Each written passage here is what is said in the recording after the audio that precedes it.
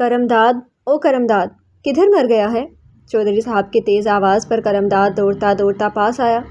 جی سائیں حکم۔ دونوں ہاتھ جوڑتے وہ چودھری جی سے مخاطب ہوا۔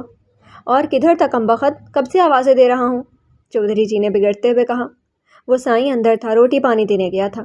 کرم داد نے چودھری جی کی ناراضگی محسوس کرتے دور سامنے بنے کمرے کی طرف اشارہ کیا۔ کیا حال ہے اب اس کا، قابو میں آیا کہ نہیں؟ گہری نظروں سے دیکھتے چودھری صاحب کے سوال پر کرم داد نے ایک بار پھر سے ہاتھ باندھے۔ اتھرا تو بہت تھا سائیں، پر اب آہستہ آہستہ قابو میں آ رہا ہے۔ پر سائیں بندہ بڑا جیدار لگتا ہے۔ کل خیرو کے ساتھ وہ اچھی خاصی ہاتھا پائی ہو گئی اس کی، اس لیے آج میں خود روٹی دینے گیا تھا۔ کرم داد نے ایک اور اطلاع دی۔ اوئے تجھے پہلے بھی کہا تھا کہ اس کے کھانے میں نیند کی دوا ملا دیا کر۔ چودھری جی نے جھنجھلاتے ہوئے کہا۔ کھاتا تو تبھی ہے جب بے حد بھوک ستائے، ورنہ بھوکا پیاسا بیٹھا رہتا ہے۔ چلو خیر، کتنے دن اڑی کرے گا، یہاں تو بڑے بڑے جیدار آ کر سدھر گئے ہیں، یہ تو پھر بڑا پرامن بندہ ہے، لڑائی جھگڑوں سے کوسوں دور رہنے والا۔ چودھری صاحب نے سن کر رائے دی۔ آپ بہتر جانتے ہو سائیں، کرم داد نے نظریں جھکائے کہا۔ چلو خیر، بڑا دھیان رکھنا اس کا۔ مصیبت تو یہ ہے کہ بندہ اس پر ہاتھ بھی نہیں اٹھا سکتا، اور دیکھو حالات کیسے بھی کیوں نہ ہوں، اس کا ہر حال میں زندہ سلامت رکھنا ہے، سمجھے؟ ابھی تو خیر اس کا ہونا نہ ہونا پچھلوں کے لیے برابر ہی ہے، لیکن ہاتھی مرا ہوا بھی 1.25 کا ہوتا ہے، سمجھے؟ شاید کبھی کھوٹے سکہ کی طرح کام آ ہی جائے۔ کوشش کرو کسی سے منہ ماری کم سے کم ہو، اور اس کو جذباتی طور پر بلیک میل کرو۔ اس کی بیوی اور بچی مارنے کی دھمکی دینا جب قابو سے باہر ہوتا نظر آئے۔ خود تو شاید مرنا بھی پسند کر لے، لیکن کبھی بھی یہ نہیں چاہے گا کہ اس کی پسندیدہ ہستیاں مشکل کا شکار ہوں۔ چودھری جی نے بات کے اختتام پر کرم داد کو کافی گر کی بات بتائی تھی، جبھی وہ مسلسل سر ہلاتا چودھری صاحب کی ہاں میں ہاں ملا رہا تھا۔ چنگا پھر میں چلتا ہوں، اور خبردار جو غلطی سے بھی تم لوگوں کے منہ سے کبھی یہ نکلا کہ اس کو اغوا کرنے والا کون ہے، ورنہ یاد رکھنا تم لوگوں کی اگلی 7 نسلوں کو بھی نہیں بخشوں گا میں۔ چودھری صاحب کی دھمکی پر کرم داد کی ریڑھ کی ہڈی میں سنسنی دوڑ گئی۔ مر جائیں گے سائیں، پر کبھی غلطی سے بھی آپ کا نام نہیں لیں گے۔ کرم داد نے لرزتے ہوئے یقین دہانی کروائی تو چودھری صاحب سر ہلاتے اپنی جیپ کی طرف بڑھ گئے تھے۔ کمیشن کا امتحان پاس کرنے کے بعد اپنے لیے پولیس ڈپارٹمنٹ چننے والے ان نوجوان لڑکوں میں اس بار ایک چھوڑ 3 لڑکیاں شامل تھیں۔ یہ بات جہاں لڑکوں کے لیے مسئلہ خیز تھی، وہیں ان کے لیے چیلنجنگ بھی تھی، لیکن مسئلہ یہ تھا کہ ان میں سے 2 کے ابا آرمی کے کرنل تھے اور تیسری کے ابا پولیس کمشنر، سو وہ تینوں پہلے سے ہی ذہنی اور جسمانی طور پر ہر قسم کے مقابلے کے لیے تیار تھیں۔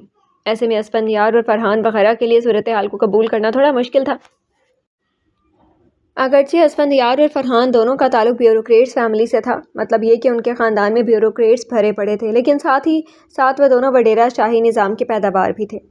ایسے میں اول تو لڑکیوں کا پولیس ڈپارٹمنٹ چننا ہی انہیں ہضم نہیں ہو رہا تھا، اوپر سے برابری کی سطح پر جسمانی ٹریننگ لینا اور برابر کی چوٹ، ان جیسے میل شاؤنس یہ بآسانی سہ نہیں پائے تھے۔ جب ہی ہر قدم پر ان کی نوک جھونک عروا، ہنا اور ایمن سے چلتی رہتی تھی، یہ الگ بات کہ اکثر منہ کی کھانا پڑتی، اور آج بھی شاید ان کے ستارے گردش میں تھے، جب ہی لنچ ٹائم میں پھر ان سے متھا لگا بیٹھے۔ ویسے مس عروا، آپ کو نہیں لگتا کہ آپ نے غلط ڈپارٹمنٹ چنا ہے؟ ٹریننگ کے چوتھے دن گھما پھرا کر بلا مبالغہ کوئی 20ویں دفعہ یہ سوال کیا گیا تھا۔ یہ الگ بات کہ کل ملا کر تینوں سے پوچھتے تعداد 20 بنی تھی۔ ہنا اور ایمن تو کافی کرارے جواب دیتی تھیں، لیکن عروا خاصی کم گو تھی اور اکثر اس قسم کے فضول سوال کو انسنا کر دیتی۔ لیکن آج شاید اس کا صبر بھی جواب دے گیا تھا۔ جبھی ہاتھ میں پکڑا چمچ واپس پلیٹ میں رکھتے کرسی کی پشت سے ٹیک لگائے، اس نے جانچتی نظروں سے اسفندیار کو دیکھا۔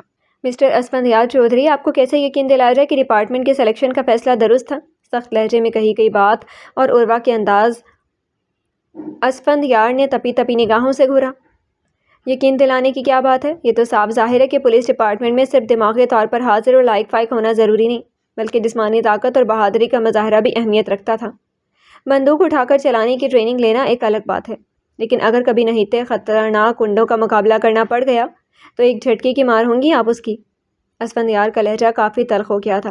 ایمن اور ہنا کی پٹر پٹر چلتی زبان کے برعکس عروا کا محتاط اور دھیما لہجہ اسفندیار کو کچھ اپیل کرنے لگا تھا، اور شاید دل میں کوئی جذبہ بھی بروان چڑھ ہی جاتا اگر یوں عروا احمد لگی لپٹی رکھے بغیر اس سے الجھ نہ پڑتی۔ اور اب جبکہ عروا نے کوئی لحاظ نہ رکھا تھا تو وہ بھی مصلحت کے تقاضوں کو نظر انداز کرتا میدان میں کود پڑا۔ کیوں؟ بات تو آپ کی ٹھیک ہے، لیکن وہ کیا ہے کہ آپ کا واسطہ اب تک جن لڑکیوں سے پڑا ہے وہ ضرور چھوئی موئی سی ہوں گی، لیکن میں ذرا منفرد عادات کی مالک ہوں۔ آپ چاہیں تو آزما سکتے ہیں۔ موبائل پر پڑی نادیدہ گرد چاڑتے اس نے گویا اسفندیار کو چیلنج کیا۔ اوہ ویری اسٹرینج، لیکن مس افسوس میں آپ کی آزمائش نہیں کر سکتا، کیونکہ میرا خیال ہے کہ آپ مقابل کے پہلے وار کو بھی برداشت نہیں کر پائیں گی اور اپنی ہڈیاں توڑوا بیٹھیں گی۔ اسفندیار نے حز اٹھائے لہجے میں کہا۔ انداز ایسا تھا گویا کہ عروہ کو تیش دلانا چاہتا ہو، لیکن سامنے بیٹھی عروہ ابھی کوئی جواب بھی نہ دے پائی تھی کہ عباس حیدر جو کافی دیر سے یہ سب برداشت کر رہا تھا بول اٹھا۔ اسٹاپ اٹ اسفند، بہت ہو گیا۔ ہم سب ایجوکیٹڈ ہیں اور سبھی ایک سخت امتحان پاس کر کے یہاں تک پہنچے ہیں۔ ایسے میں مرد عورت کی تخصیص چہمانی دار۔ ہمیں ایک دوسرے کے جذبات اور احساسات کا احترام کرنا چاہیے اور ان لیڈیز کو تو زیادہ عزت دینی چاہیے کہ وہ ایک اہم مقصد لے کر اس فیلڈ میں آئی ہیں، اور تم لوگ انہیں بجائے خوش آمدید کہنے کے ان کے مورل سپورٹ بڑھانے کے الٹا ان کے حوصلے پست کرنا چاہ رہے ہو۔ عباس حیدر کے خفگی بھرے لہجے پر اسفند ابھی کوئی رد عمل ظاہر نہ کر سکا تھا کہ ہنا بول پڑی۔ ارے نہیں مسٹر حیدر، یہ بالکل حق بجانب ہے۔ اب دیکھیں نا، اتنے ٹف امتحان کو پاس کر کے اور اتنی مہنگی سرکاری ٹریننگ کے بعد اگر ہم لوگ گنڈوں کے ڈر سے میدان چھوڑ کر بھاگ جائیں تو یہ تو بہت غلط بات ہے۔ ظاہر ہے ایسے میں اسفند جیسے لوگ کہیں گے کہ دیکھا ہم ٹھیک کہتے تھے، اگر یہاں لڑکے ہوتے تو کبھی ہار نہ مانتے۔ اب اس بات کو غلط ثابت کرنے کے لیے ہمیں اپنی قابلیت تو دکھانی پڑے گی نا۔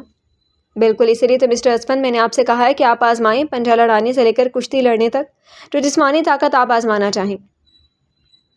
وہ ابرو اوپر چڑھاتے عروہ نے پھر سے اسفند کو چیلنج کیا۔ اس کے کشتی لڑنا کہنے پر کہیں دبی دبی مسکراہٹ نہیں کھلی تو بعض لوگ عباس حیدر جیسے بھی تھے جنہوں نے رنج اور خفگی کی ملی جلی کیفیات کے ساتھ عروہ احمد کو گھورا تھا، بھلا لڑکیوں کو کہاں زیب دیتا ہے اس طرح کے الفاظ، وہ بھی لڑکوں کے سے مقابلے کے لیے کہنا۔ ان کی سوچ شاید اس کے چہروں سے جھلکی تھی جب ایمن نے بغور ان کے چہروں پر نظر دوڑاتے الفاظ ذہن میں ترتیب دیے۔ ویل گائز، شاید آپ کو کشتی لڑنے کا لفظ نامناسب محسوس ہوا، لیکن جس ڈپارٹمنٹ کا انتخاب ہم لوگوں نے کیا ہے وہاں کے مجرم اس بات سے ناآشنا ہے کہ اگر آفیسر ایک لڑکی ہو تو اس پر ہاتھ نہیں اٹھانا۔ اب ظاہر ہے وہ خود کو ہمارے حوالے کرنے سے تو رہے، اور انہیں پکڑنے کے لیے ہمیں ان سے لڑائی تو کرنا ہی پڑے گی، خواہ وہ کسی بھی قسم کی ہو۔ ایمن کی بات نے اتنا اثر نہیں کیا تھا کیونکہ سب لوگ اس بات کو بھول بھال اسفندیار کو عروہ کے سامنے کرسی سنبھالتا دیکھ چکے تھے، اور کسی کے کچھ بھی کہنے سے پہلے عروہ نے اپنی کونے ٹیبل پر رکھ کر مقابلے کا آغاز کیا۔ اسفند کے ہاتھ نے ایک پل کو عروہ کا ہاتھ تھاما اور دوسرے لمحے اسے جھٹکا دے کر گرانا چاہا، لیکن یہ اس کی بھول تھی۔ اسفند کے ہاتھ کی گرفت ہلکی پڑتے ہی عروہ نے ایک خاص زاویے سے جھٹکا دیا اور اسفندیار چودھری گویا چاروں شانے جت پڑا تھا۔ وہ جو ڈپارٹمنٹ کا سب سے سخت چان آفیسر سے بن کر سامنے آنے والا تھا، یوں ہار گیا تھا۔ اوہ گاڈ، انبلیویبل، ناقابل یقین، گریٹ، واو، کیا بات ہے۔ ایک ساتھ کئی توصیفی جملے ابھرے تھے جو جہاں عروہ کے چہرے پر مسکراہٹ کھلانے کا سبب بنے تھے، وہیں اسفند کے چہرے کے نقوش تن گئے تھے۔ Please don't mind mister Asfand, it's just friendly bet. Asfand please ناراض مت ہونا، یہ صرف ایک دوستانہ شرط تھی، عروہ نے اسفند کو نرمی سے کہا۔ عروہ نے شرط جیت کر ثابت کیا کہ ہم لڑکیاں لڑکوں سے کسی طور کم نہیں ہیں۔ اب آپ کو بھی ثابت کرنا ہے کہ آپ اس بات کو انا کا مسئلہ نہیں بنائیں گے، خاص طور سے ایک لڑکی سے ہارنے کو، کیونکہ اگر آپ اپنے کسی اور میل کولیگ سے ہارتے تو آپ شاید اس بات کو فیل تک نہ کرتے۔ ہینا نے اسفند کے بدلتے رنگ کو دیکھتے فوراً سے پیشتر مدافعانہ تدبیر اختیار کی، اور اس کی بات سن کر اسفندیار کے چہرے پر مسکراہٹ بکھر گئی۔ مس ہینا، آپ نے تو فرار کی ساری کوششیں مسدود کر دیں، لیکن خیر بات آپ کی بالکل صحیح ہے۔ میں اپنے گزشتہ دنوں کے الفاظ واپس لیتا ہوں۔ واقعی عروہ نے ثابت کر دیا ہے کہ اس ڈپارٹمنٹ میں آنے والی لڑکیاں عام لڑکیوں سے بہت مختلف ہیں، لیکن مجھے ایک بات کی سمجھ نہیں آ رہی کہ یہ ہوا کیسے۔ اسفند نے اپنی سوچ کو الفاظ کا پیرہن اڑھا ہی دیا۔ عروہ بلیک بیلٹ ہے مسٹر چودھری، اور ہینا اور میں بھی۔ ایمن نے ان سب کی حیرانگی دور کرنا چاہی۔ اچھا، تبھی آپ کشتی لڑنے کی بات بھی اتنے آرام سے کہہ رہی تھی جیسے لوڈو کھیلنے کی دعوت دے رہی ہوں۔ فرحان نے کسی آنے لہجے میں کہا تو سب کے کہکہے ابل پڑے۔ اس بار چندہ تھوڑا سا کھا لو بیٹا، ایسے تو تم خود کو بیمار کر لو گی۔ خدیجہ بیگم نے اپنی آنکھوں میں آئے آنسو اندر اتارتے عصبہ کو پکارا۔ امی، بابا، رو رو کر لال انگارہ آنکھوں سے پھر سے چشمے پھوٹ بہے۔ نہ میری بچی، یوں رو رو کر خود کو ہلکان مت کرو، بس اللہ سے دعا کرو کہ تمہارے بابا ٹھیک ہوں اور جلد گھر واپس آ جائیں۔ خدیجہ بیگم نے عصبہ کو باہوں میں بھرتے دلاسا دیا۔ کب آئیں گے بابا؟ 1 ماہ ہو گیا انہیں گئے ہوئے، لیکن ابھی تک ان کی کوئی اطلاع نہیں ہے۔ آ جائیں گے بیٹا، انشاءاللہ جلدی آئیں گے۔ تمہارے تایا ابو اسی سلسلے میں کام کر رہے ہیں نا؟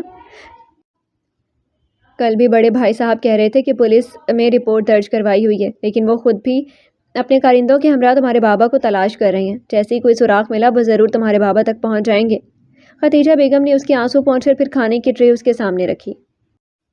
چلو شاباش، جلدی سے کھانا کھاؤ، تمہارے بابا آ گئے تو مجھ سے ناراض ہوں گے کہ میری اتنی پیاری بیٹی کو کیوں اتنا کمزور کر دی ہے۔ اپنے ہاتھ سے نوالے بنا بنا کر رسوا کے منہ میں ڈالتے ہوئے محبت اور فکر مندی سے اسے دیکھی گئی۔ اب کہاں ہے احمد؟ کوئی سراغ نہیں ہے آپ کا؟ میں کیسے تنہا آپ کی بیٹی کو دشمنوں سے بچا سکتی ہوں؟ اور دشمن بھی وہ جو کھل کر وار نہیں کر رہے۔ ان نقاب زدہ چہروں میں کیسے شناخت کر سکتی ہوں آپ کے مجرم کو؟ نہ تاوان کا مطالبہ اور نہ کوئی اور مانگ۔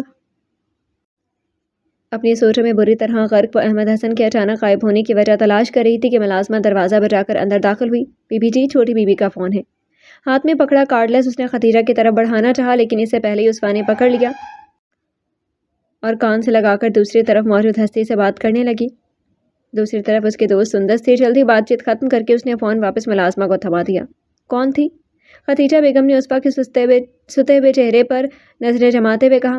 سندس تھی، بتا رہی تھی کہ کل سے فرسٹ ایئر کی کلاسز شروع ہو جائیں گی۔ دھیمے لہجے میں عصبہ نے ختیجہ بیگم کو بتایا۔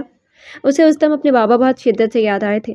انہیں کتنا شوق تھا عصبہ کو ڈھیر سارا پڑھانے کا، اور اپنے اغوا سے 3 دن پہلے ہی وہ عصبہ کا داخلہ قریبی کالج میں کروا کر آئے تھے۔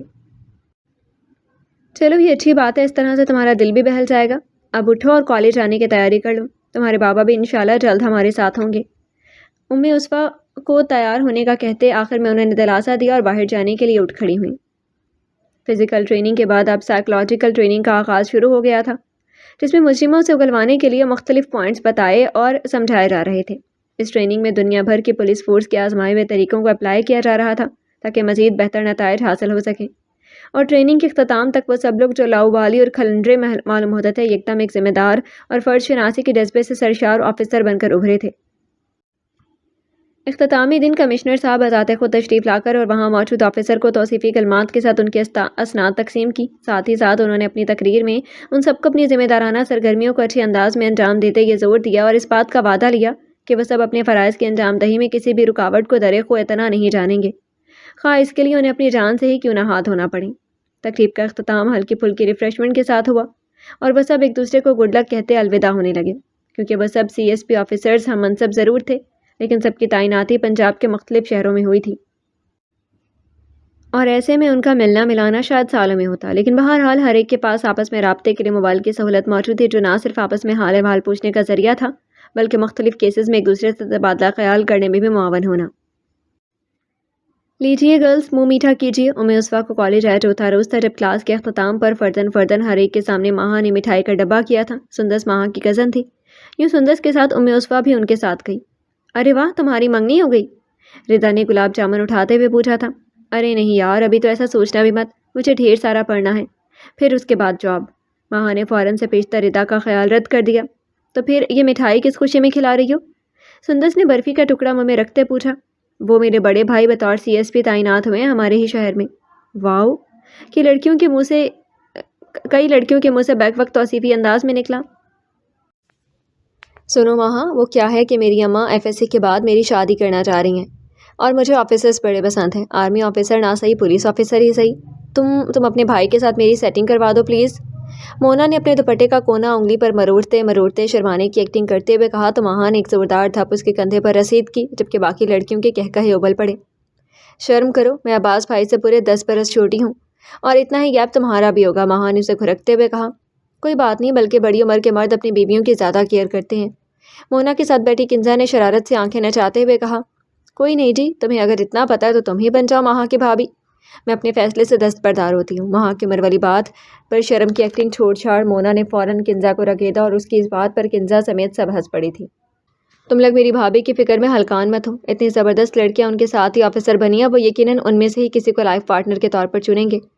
ماہا نے بات کے اختتام پر اپنے بیگ سے البم نکالی جس میں عباس حیدر کی ٹریننگ کے دوران اور اختتامی تقریب کی کئی تصاویر تھیں، اور گروپ فوٹوز میں ہنا، ایمن اور عروہ بھی اپنی تمام توانائیوں کے ساتھ جلوہ افروز تھیں۔ پولیس یونیفارم میں سنجیدگی اور وقار کے ساتھ کھڑے تمام آفیسرز ہی ایک خاص تاثر دیکھنے والے پر طاری کر رہے تھے۔ دور یہی حال ان ینگ گرلز کا بھی تھا جو ایک ایک تصویر کو نہایت غور سے دیکھتے ہوئے اپنے ستائشی تبصرے بھی فرما رہی تھی۔ ایسے میں عصبہ ہی تھی جو خاموشی سے ان کی باتیں سنتی، دھیمی سی مسکان ہونٹوں پر سجائے اس محفل میں خود کو حاضر رکھنے کی کوشش کر رہی تھی۔ بہت باتونی تو وہ پہلے بھی نہ تھی، لیکن اس حادثے کے بعد مزید خاموش ہو گئی تھی۔ اس حادثے کے بعد مزید خاموش ہو گئی تھی۔ شروع دن سے اس کا یہی رویہ تھا، جب ہی گروپ کی باقی لڑکیوں نے اس بات کو محسوس نہ کیا تھا، رہی سندس تو وہ باقی لڑکیوں کی موجودگی میں اس بات کو زیادہ محسوس نہ کر پائی تھی۔ شیدا، عصبہ کو بلا لاؤ کھانے پر۔ ختیجہ بیگم نے کھانا لگاتے شیدا کو مخاطب کیا تھا۔ بڑی بی، میں نے چھوٹی بی بی جی کو پہلے ہی کہہ دیا تھا، وہ کپڑے بدل کر آ رہی ہیں۔ پانی کا گلاس اور جگ رکھتے شیتا نے بتایا تو ختیجہ بیگم سر ہلاتی پلیٹ میں کھانا نکالنے لگی۔ او ہو امی، بڑی بھوک لگ رہی ہے، آج تو میرے بغیر ہی کھانا شروع کر دیا۔ اندر داخل ہوتی عثمان نے انہیں کھانا نکالتے دیکھ کر ہلکے پھلکے انداز میں کہا، ارے نہیں بیٹا، یہ تو میں نے تمہارے لیے نکالا ہے، میں نے سوچا میری بیٹی کالج سے تھکی ہاری آئی ہوگی، بھوک لگ رہی ہوگی۔ تھینک یو امی، لیکن آپ تکلیف مت کیا کریں، میں خود اب نکال لیا کروں گی، اس نے محبت سے جواب دیتے پلیٹ اپنے سامنے کی۔ کیسا رہا کالج میں دن تمہارا؟ ختیجہ بیگم نے کھانا کھاتے سرسری لہجے میں پوچھا۔ وہ روزانہ یوں ہی اس سے سارے دن کی ردات سنتی تھی اور عثویٰ بھی انہیں ہر تفصیلاً ہر ایک بات بتاتی۔ امی، ماہا کے بھائی CSP تعینات ہوئے ہیں ہمارے شہر میں، عثویٰ نے پرسوچ انداز میں انہیں بتایا۔ اچھی بات ہے، ختیجہ بیگم نے سر ہلاتے سرسری انداز میں کہا۔ امی، میں سوچ رہی تھی کہ ہم اگر ماہا کے بھائی سے بابا کے سلسلے میں بات کریں تو؟ عثویٰ کی بات پر ختیجہ بیگم نے جھٹکے سے سر اوپر اٹھایا اور عثویٰ کو ساتھ لیے اپنے کمرے میں آ گئی۔ آپ کو میں نے منع بھی کیا تھا عثویٰ کہ اسی ٹاپک پر اب دوبارہ بات مت کرنا، انہوں نے تنبیہی انداز میں کہا۔ امی، میں نے کسی سے بات نہیں کی، عثویٰ نے خفگی بھرے لہجے میں کہا، اور اس کی خفگی کو ختیجہ بیگم نے بھی محسوس کر لیا تھا۔ بیٹا، میں نے آپ کو مصلحت کے تحت یہ کہا تھا کہ کالج میں اپنی کسی دوست کو بابا کے غائب ہونے کا مت بتانا۔ بیٹا، ہم لوگ اس وقت دشمنوں میں گھرے ہوئے ہیں، ایسے میں مزید کسی اور مصیبت میں پڑنا ہمارے لیے ممکن نہیں، انہوں نے رحسان سے سمجھانا چاہا۔ میری دوستوں سے ہمیں کیا خطرہ ہے امی؟ ختیجہ بیگم کی بات سے بھی عثویٰ کی ناراضگی دور نہ ہوئی تھی۔ بیٹا، جیسے آپ ہر بات مجھ سے شیئر کرتی ہو ویسے ہی آپ کی دوستیں بھی گھر جا کر کرتی ہوں گی، اور کب کسی کے کان میں پڑے کہ ہم دونوں ماں بیٹی اکیلی ہیں تو ایسے میں بیٹا ایمان بدلتے دیر نہیں لگتی۔ ختیجہ بیگم کی بات پر عثویٰ نے سمجھتے ہوئے سر ہلایا تھا۔ ایک بات ہمیشہ یاد رکھنا عثویٰ، سوائے میرے کبھی کسی سے بھی کچھ بھی ڈسکس مت کرنا، اپنے اندر ایک اور دنیا بسا لو، من کی من میں رکھنے والی، دنیا میں رہتے صرف دنیا داری کرو، دوسروں کی سنو اور ان سے متعلق کی گفتگو دوسروں سے کرو۔ اپنی ذات، اپنے گھریلو حالات ہم جیسے زمینداروں کو دوسروں سے نہیں ڈسکس کرنے چاہیے۔ آبلہ پائی کے سفر میں کانٹوں بھری راہ گزر سے گریز ممکن نہیں بیٹا، لیکن جہاں تک ہو سکے خود کو بچانے کی کوشش ضرور کرنی چاہیے۔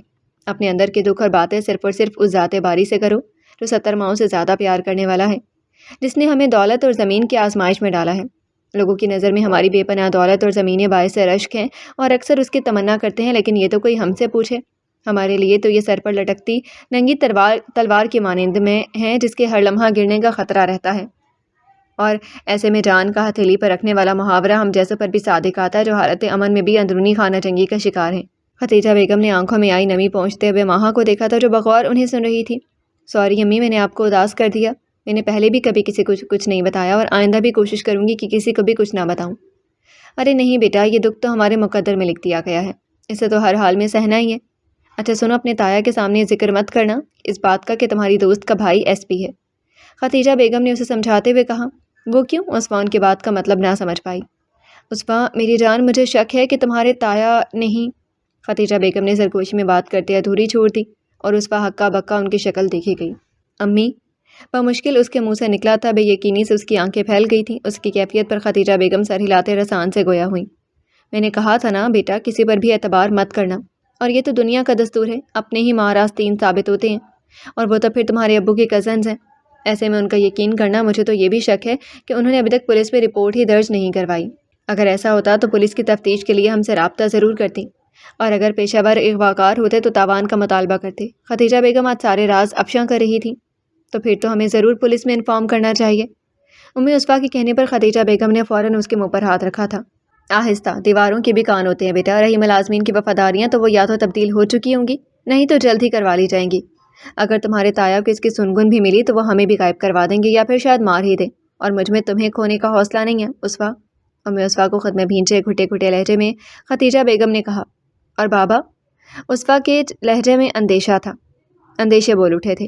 اتنی جلدی تو یہ کوئی قدم نہیں اٹھائیں گے، صرف اپنے مطالبات منوانے کے لیے زور ڈال رہے ہیں۔ تم بس دعا کرو اور آئندہ گھر میں بھی محتاط رہنا میرے بچے، اللہ ہم سب کو اس آزمائش میں سرخرو کرے۔ دھیرے دھیرے عثویٰ کو تھپکتے انہوں نے خلوص دل سے دعا کی تھی۔ السلام علیکم ایوری ون، کیا حال ہیں بھائی ہماری پرنسس شہزادی کے؟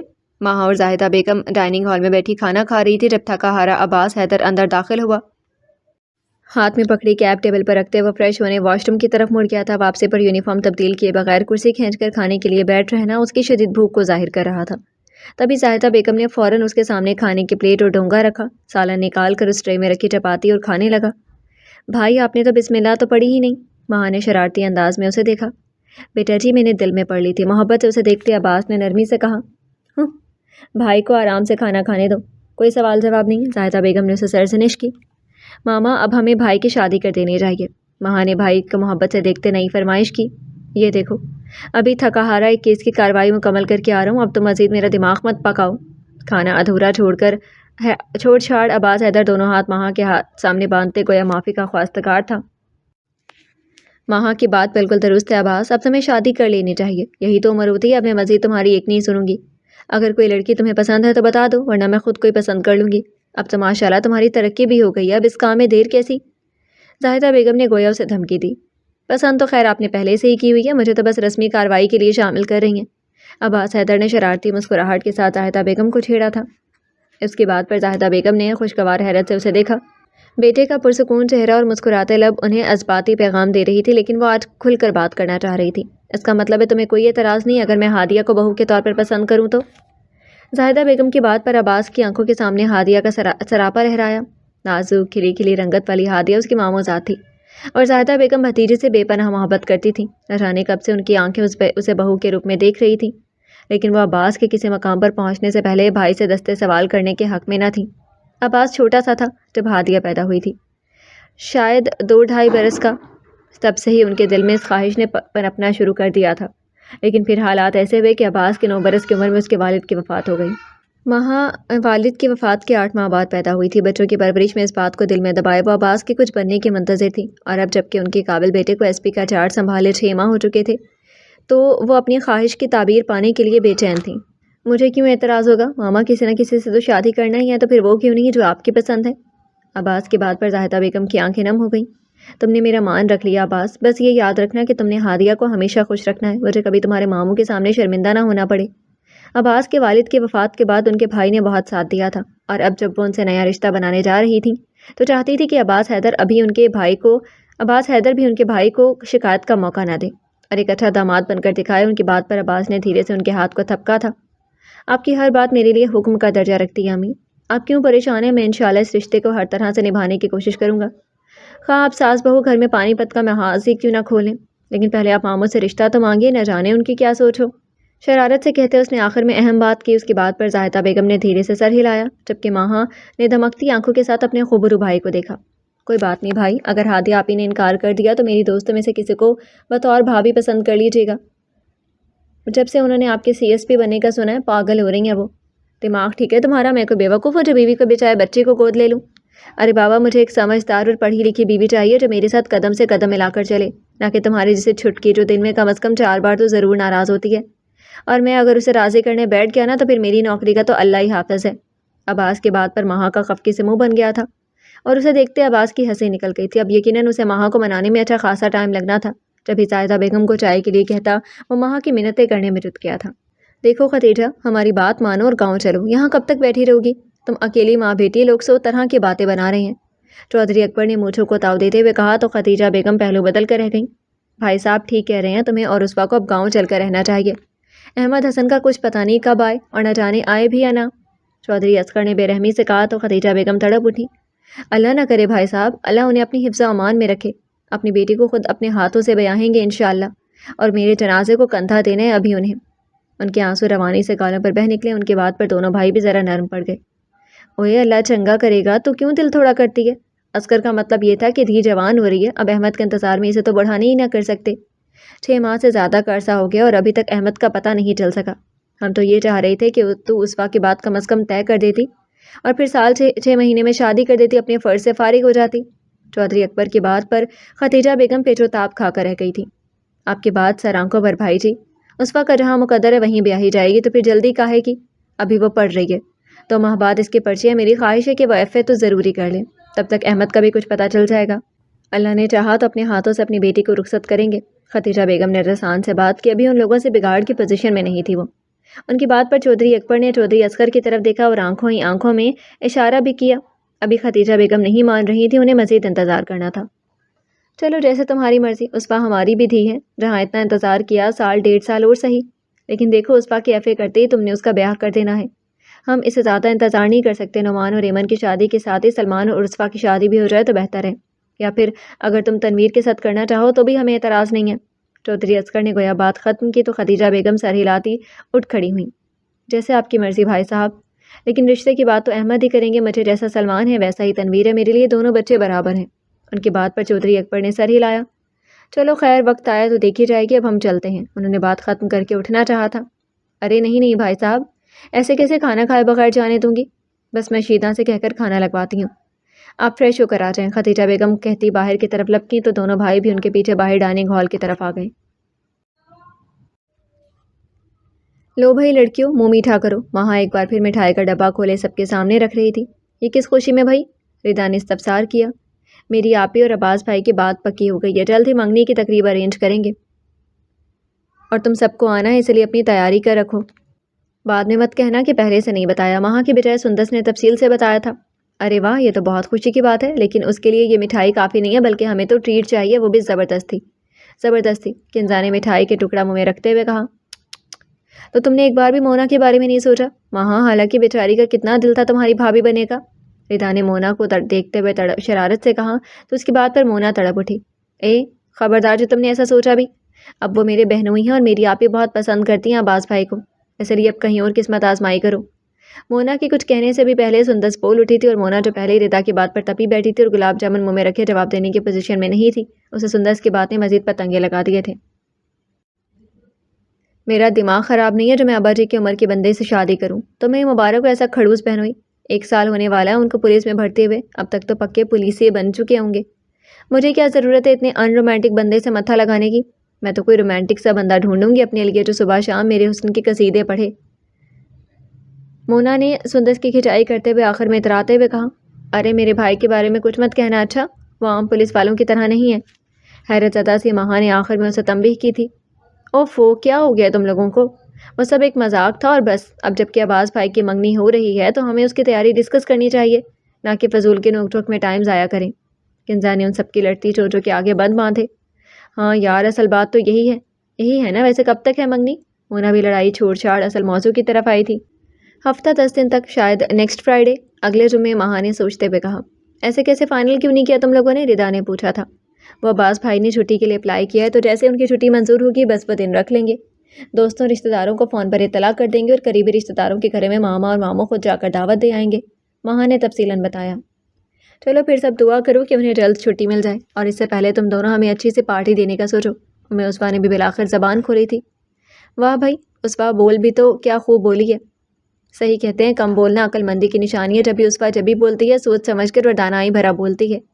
کنزا نے عثوا کے بولنے پر کہا تھا، اور باقی سب کے ساتھ عثوا بھی ہنس پڑی تھی۔ امی آپ کچھ پریشان لگ رہی ہیں؟ عثوا نے خدیجہ بیگم کی طرف چائے کا کپ بڑھاتے بالآخر پوچھ ہی لیا تھا۔ وہ جب سے کالج سے آئی تھی انہیں یوں ہی پریشان دیکھ رہی تھی، لیکن پھر خاموش رہی کہ شاید اس کا وہم ہو، لیکن اب جب کہ شام کا وقت ہونے کو تھا وہ ہنوز کسی گہری سوچ میں گم تھی، اور پھر شیدا نے بتایا تھا کہ دونوں تایا آئے تھے، ایسے میں اس کا خدیجہ بیگم کی پریشانی کے بارے میں جاننا مزید ضروری ہو گیا تھا۔ ارے نہیں بیٹا، تمہارا وہم ہے، خدیجہ بیگم نے بات کو ٹالنا چاہا۔ شیدا بتا رہی تھی کہ دونوں تایا آئے تھے اور آج کھانا بھی کھا کر گئے ہیں۔ عثوا کا آج پریکٹیکل تھا جب یہ کالج سے دیر سے لوٹی تھی، اور یوں وہ تایا صاحبان سے ملاقات سے محروم رہی تھی۔ تمہارے تایا چاہتے ہیں کہ ہم دونوں گاؤں شفٹ ہو جائیں۔ خدیجہ بیگم نے بالآخر اسے آدھی ادھوری بات بتا ہی دی۔ کیا؟ لیکن کیوں؟ عثوا نے حیرت سے پوچھا۔ اب تمہارے بابا ہمارے ساتھ نہیں ہیں تو ان کا خیال ہے کہ ہمیں وہیں چل کر رہنا چاہیے۔ اس کے چہرے کو بغور دیکھتے خدیجہ بیگم نے بتایا تو ایک سایہ سا عثوا کے چہرے پر آ کر گزر گیا۔ پھر آپ نے کیا کہا؟ اس نے دھیمے لہجے میں استفسار کیا۔ میں نے کہا ہے کہ تمہارا ایف اے ہونے تک ہمیں یہیں رہنے دیں، تو وہ مان گئے ہیں۔ اب دعا کرو کہ اس وقت تک تمہارے بابا مل جائیں، ورنہ ہمارا مقدر وہی حویلی ہوگی جہاں چند گھنٹے گزارنا دو بھر ہو جاتا ہے ہمارے لیے۔ خدیجہ بیگم کی آواز بے بسی کے احساس تلے دبی مزید دھیمی ہو گئی، اور عثوا ان کے چہرے سے نظریں ہٹانا بھول گئی تھی۔ اس کی اب تک کی زندگی میں احمد حسن نے اسے ایک رات بھی گاؤں میں نہیں گزارنے دی تھی۔ جتنا وقت بیت جاتا وہ خدیجہ اور عثوا کو ساتھ لے کر نکل آتے، اور اپنے گھر آ کر ہی آرام کرتے۔ انہیں اپنے تایا زاد بھائیوں کا ماحول سخت ناپسند تھا۔ خود انہوں نے ہوش سنبھالتے ہی اپنے ننیال میں تعلیم کے غرض سے ڈیرے جما لیے تھے۔ جب وہ بی اے کے بعد کالج گئے تو وہاں دل نہ لگا، اور انہوں نے شہر میں ہی گھر بنا لیا۔ خدیجہ بیگم ان کی سگی ماموزاد تھیں، جیسے احمد حسن اپنے والدین کے اکلوتے بیٹے تھے، ایسے ہی خدیجہ بیگم بھی اپنے والدین کے ہزاروں ایکڑ جائیداد کی اکلوتی وارث تھیں۔ بچپن کا ساتھ کب پسندیدگی میں ڈھلا، دونوں کو ہی خبر نہ ہو سکی۔ بڑے تو پہلے سے ان کے رشتے کے حق میں تھے، یوں بغیر کسی رکاوٹ کے ان کا رشتہ طے ہو گیا، اور خدیجہ بیگم کے میٹرک کرتے ہی ان کی شادی کر دی گئی۔ قدرت خدا کی عثوا کے بعد ان کے ہاں مزید کوئی اولاد نہ ہوئی، اور یوں عثوا بھی اپنے والدین کی اکلوتی وارث تھی۔ اور ماں اور باپ دونوں سے ورثے میں ملنے والی بے انداز زمین اور جائیداد کی اکلوتی وارث۔ اب ایسے میں جب کوئی قریبی ننیال اور ددیالی رشتہ دار نہ تھے تو احمد حسن کے تایا زاد چودھری اکبر اور چودھری اصغر ہی ان کے بھائی بنتے تھے، اور وہ احمد حسن سے محبت بھی کرتے تھے۔ احمد حسن کے شہر آ کر شادی کر لینے کے بعد اور ان کے اماں ابا کی وفات کے بعد انہوں نے احمد حسن سے رابطہ نہ توڑا اور اکثر دوسرے چوتھے ہفتے ملنے آتے رہتے تھے۔ یوں احمد حسن کو بھی 1 ڈیڑھ ماہ بعد ان کے ہاں جانا پڑتا اور کچھ وہ اپنی زمینوں وغیرہ کا حساب بھی دیکھنے جاتے تھے۔ یوں ان کا آپس میں تعلق ابھی تک قائم تھا۔ ایسے میں اب احمد حسن کی غیر موجودگی میں خدیجہ اور اصفا کے سرپرست وہی تھے جب ہی انہیں ساتھ لے جانا چاہتے تھے، جبکہ خدیجہ بیگم کا خیال دوسرا تھا۔ انہیں لگتا تھا کہ وہ اصل میں اصفا کی بے اندازہ جائیداد کے لالچ میں تھے۔ اب یہ تو وقت گزرنے پر ہی ثابت ہونا تھا کہ وہ ان کے ساتھ مخلص تھے یا نہیں۔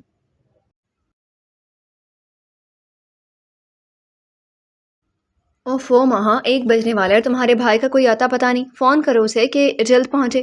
ابھی اسے تیار بھی ہونا ہے، اب اپنی منگنی پر بھی کیا یونیفارم پہن کر شرکت کرے گا؟ خدیجہ بیگم خفگی بھرے لہجے میں ماہا سے مخاطب تھی۔ ماما بھائی کا فون آ گیا تھا، وہ کہہ رہے تھے کہ آپ مہمانوں کے ساتھ ہال میں پہنچ جائیں، وہ وہیں آ جائیں گے آدھے گھنٹے تک۔ ماہا نے کان میں جھمکیاں ڈالتے ڈالتے ایک لہجے کو مڑ کر دیکھا اور پھر سے آئینے میں دیکھنے لگی۔ حد ہو گئی اس لڑکے کی، تو زمانے بھر سے نرالی نوکری ہے۔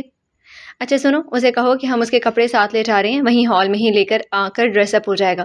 اب کیا پہلے گھر میں آ کر تیار ہوگا اور پھر تو ہال پہنچتے پہنچتے نواب صاحب شام کر دیں گے۔ چلو بچیو، تم سب یہ سامان اپنی نگرانی میں گاڑی میں رکھواؤ، شاباش۔ ماہا سے بات کرتے کرتے انہوں نے کنزا، ردا اور مونا کو وہ سب سامان سنبھالنے کی ذمہ داری سونپی جو انہیں عباس حیدر کی دلہن ہادیہ کے لیے لے کر جانا تھا، اور خود عباس کے کمرے کی طرف مڑ گئیں تاکہ اس کا سامان لے جا سکیں۔ ہادیہ چونکہ سندس کی بہن تھی، اس لیے سندس نے تو اپنے گھر سے ہی فنکشن میں شریک ہونا تھا، لیکن چونکہ اصفا کی سندس سے زیادہ دوستی تھی، اس لیے وہ بھی ہادیہ کی طرف سے شرکت کر رہی تھی۔ بہت عرصے بعد خدیجہ بیگم اور اصفا کسی ایسی گھریلو تقریب میں شریک ہوئی تھی۔ اصفا بہت خوش دکھائی دے رہی تھی اور خدیجہ بیگم مطمئن تھی کہ اصفا کے لیے یہ تبدیلی خوش آئند تھی۔ کچھ گھنٹوں کے لیے ہی صحیح وہ اپنی خوش خول سے باہر تو نکلی تھی۔ لڑکے والے پہنچ گئے تھے اور ان کا استقبال پھولوں کی پتیوں سے کیا گیا تھا۔ ارے واہ، عباس بھائی کی یہ سالی نمبر 2 تو ہم سے پہلے ہی پہنچ گئی ہے۔ کنزا نے اصفا کو سندس کے ساتھ پھولوں کی پلیٹ پکڑے دیکھا تو کھلکھلاتے ہوئے چھیڑا تھا، نمبر 2 یعنی کہ دال میں کالا ہے۔ ردا نے کنزا کی بات اچکی، وہ سب گپ شپ کرتی راستے سے ہٹ کر ایک طرف آ کھڑی ہوئیں۔ کیا مطلب بھائی؟ ماہا نے استفسار کیا۔ ارے بھائی 2 نمبر یعنی کہ فراڈ، اس کا مطلب یہ ہوا کہ یہ اوپر سے تو عباس بھائی کی سالی ہے لیکن اندر سے کچھ اور ہے، کنزا نے کھلکھلاتے ہوئے کہا تو سندس نے ایک زوردار جھام پر اسے رسید کیا۔ جی نہیں، جیسے تم چاروں ہادی آپی کی نندے ہو، اسی طرح ہم دونوں عباس بھائی کی سالیاں ہیں اور بس۔ سندس کی بات پر ابھی وہ کوئی کمنٹ نہ دے پائی تھی کہ ویٹر ان سب کو کولڈ ڈرنک سرو کرنے وہیں آ پہنچا، سو سب شرافت کے چولے اوڑھے خاموشی سے کولڈ ڈرنک لینے لگی۔ عباس بھائی کہاں ہیں؟ نظر نہیں آ رہے۔ سندس نے ادھر ادھر نظریں دوڑاتے سوال کیا۔ وہ ابھی آئے ہی نہیں تو نظر کیسے آئیں گے؟ مونا نے ترنت جواب دیا۔ وہ کیوں؟ اصفا نے حیرت سے پوچھا۔ وہ ابھی آفس میں ہی تھے، آدھے گھنٹے تک پہنچنے کا کہہ رہے تھے، 20 منٹ تو ہمیں آئے ہو گئے، 10-15 منٹ تک پہنچ جائیں گے، ماہا نے تفصیلی جواب دیا۔ توبہ ہے، ویسے عباس بھائی سے ایسی ہی کیا فرض شناسی کہ بندہ اپنی زندگی کے اتنے اہم دن پہ بھی وقت نہ نکال پائے۔ کنزا نے تپے تپے لہجے میں کہا۔ وہ سب جتنی عباس حیدر سے ملنے کی مشتاق تھیں اتنا ہی وہ دیر کیے دے رہا تھا۔ تم اپنے لیے کوئی بے روزگار ڈھونڈنا تاکہ ہر وقت تمہارے گھٹنے سے لگ کر بیٹھا رہے۔ ردا نے اسے چڑھایا۔ اللہ نہ کرے ایسی بد دعا تو نہ دو۔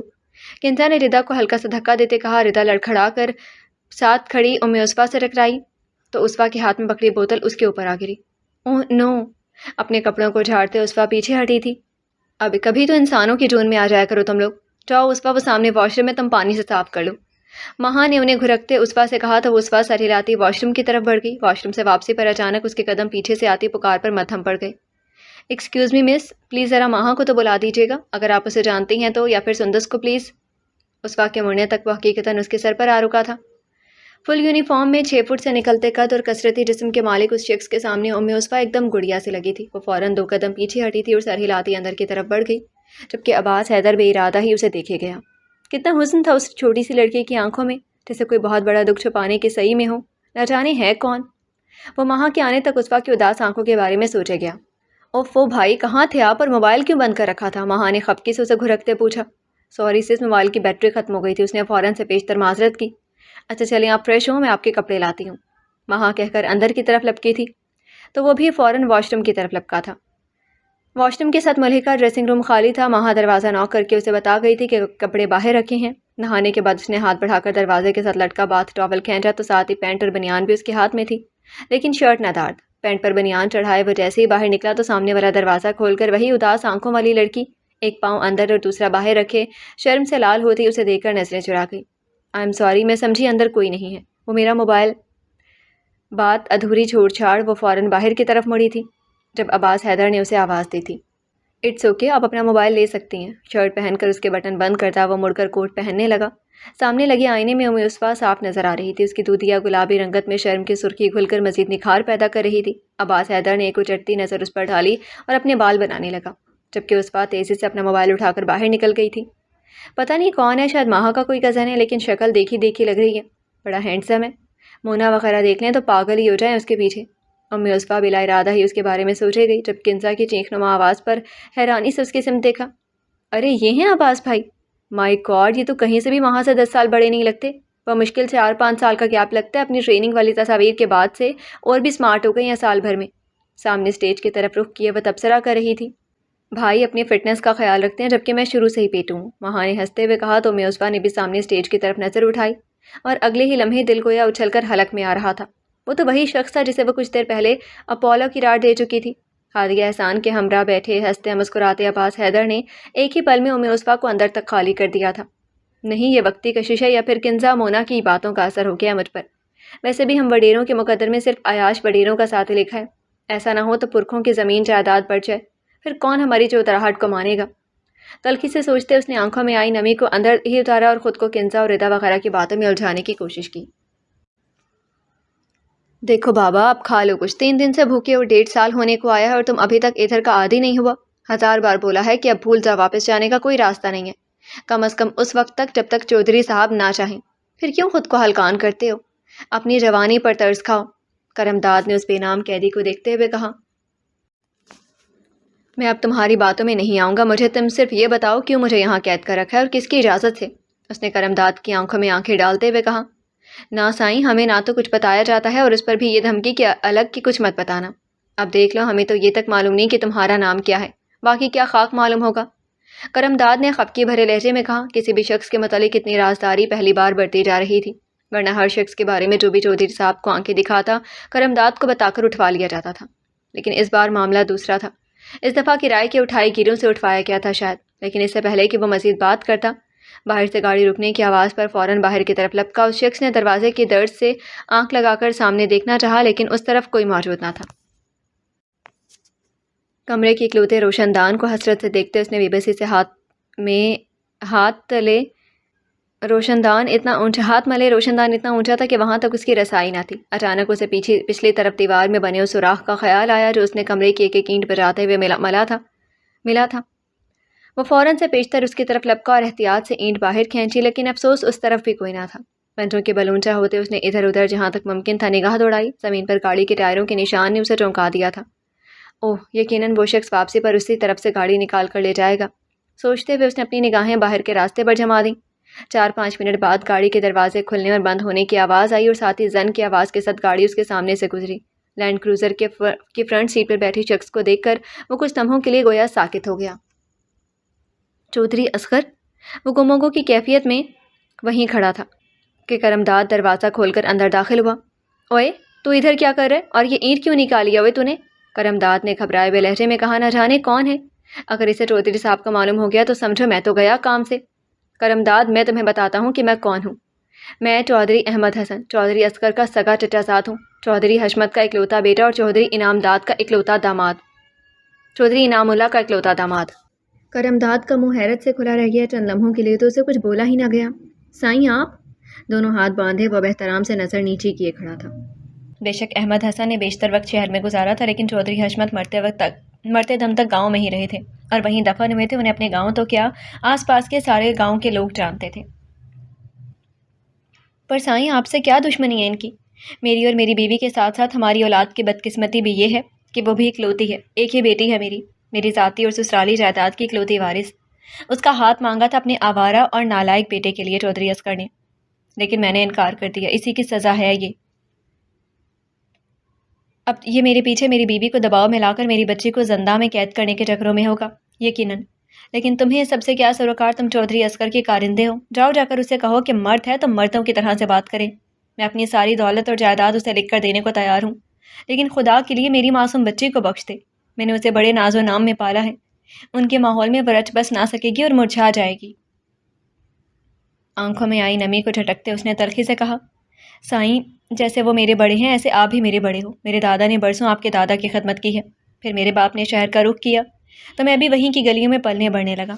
باپ کے مرنے کے بعد بھی کافی عرصہ آوارہ پھرتا رہا، پھر میرے تایا زاد بھائیوں کے کہنے پر پچھلے 2 سالوں سے چودھری اصغر کے ساتھ ہوں۔ چوریوں چکاریوں میں 1-2 بار جیل بھی جا چکا ہوں، جب بھی چودھری اصغر ان کاموں میں مجھے ملوث رکھتا ہے۔ لیکن سائیں، اگر ہم دونوں مل کر ایک دوسرے کی مدد کریں تو دونوں بچ کر نکل سکتے ہیں۔ اپنی چھوٹی چھوٹی آنکھوں کو گھماتے کرمداد نے رازدارانہ لہجے میں کہا، اسے اپنا مستقبل بدلتا نظر آ رہا تھا۔ کیا مطلب؟ احمد حسن نے حیرت سے پوچھا۔ میرے پاس دوسری کوئی پناہ گاہیں ہیں سائیں، جہاں میں جا کر چودھری اصغر اور پولیس دونوں سے بچ جاؤں۔ اگر آپ مجھے وہ پناہ گاہ دینے کا وعدہ کریں تو میں کوشش کر کے آپ کو یہاں سے بھگانے کی کوشش کروں گا، کرمداد نے سرگوشی میں بات کرتے ہوئے کہا۔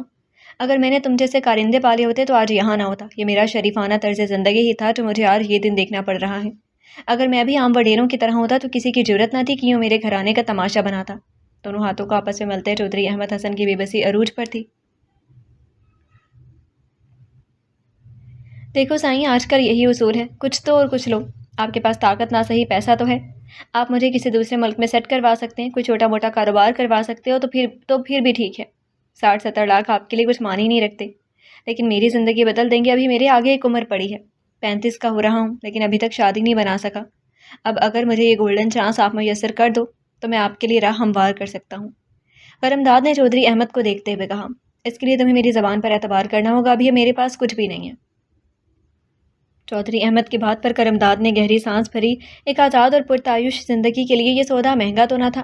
مجھے منظور ہے، کرمداد نے اس بات میں سر ہلایا، لیکن دھیان رکھنا یہ کوئی آسان کام نہیں ہے۔ چودھری احمد نے اسے تنبیہ کی۔ فکر نہ کرے سائیں، میں پورا دھیان رکھوں گا۔ کرمداد نے بات ختم کی اور باہر کی طرف قدم بڑھا دیے۔ دروازے کے پاس کھڑے ہو کر اس نے سامنے دیکھا۔ آس پاس دور دور تک کوئی نہ تھا۔ اس نے گہری سانس بھرتے دروازے کو تالا لگایا اور کام کا بہانہ بنا کر باہر نکل آیا۔ اب سب سے پہلا کام اسے تالے کی ڈپلیکیٹ چابی بنوانے کا کرنا تھا، اور یقیناً اس کے لیے اسے کسی کی مدد درکار تھی۔ خود اس پہ تو نہ جانے کتنے افراد نگرانی پر مامور تھے۔ وہ اگرچہ لوگوں کی تعداد نہ جانتا تھا، لیکن نگرانی سے تو واقف تھا نا۔ جب ہی اس رازدارانہ کام کو مزید رازداری سے انجام دینا چاہتا تھا، اور اس کے لیے اسے کم از کم 3 سے 4 ماہ کا عرصہ درکار تھا۔ چودھری اصغر کی یہ خفیہ جیل فرار کے لفظ سے ناآشنا تھی، اور اس کا حوصلہ صرف اور صرف کرمداد ہی کر سکتا تھا، جو یہاں کا دادا تصور کیا جاتا تھا۔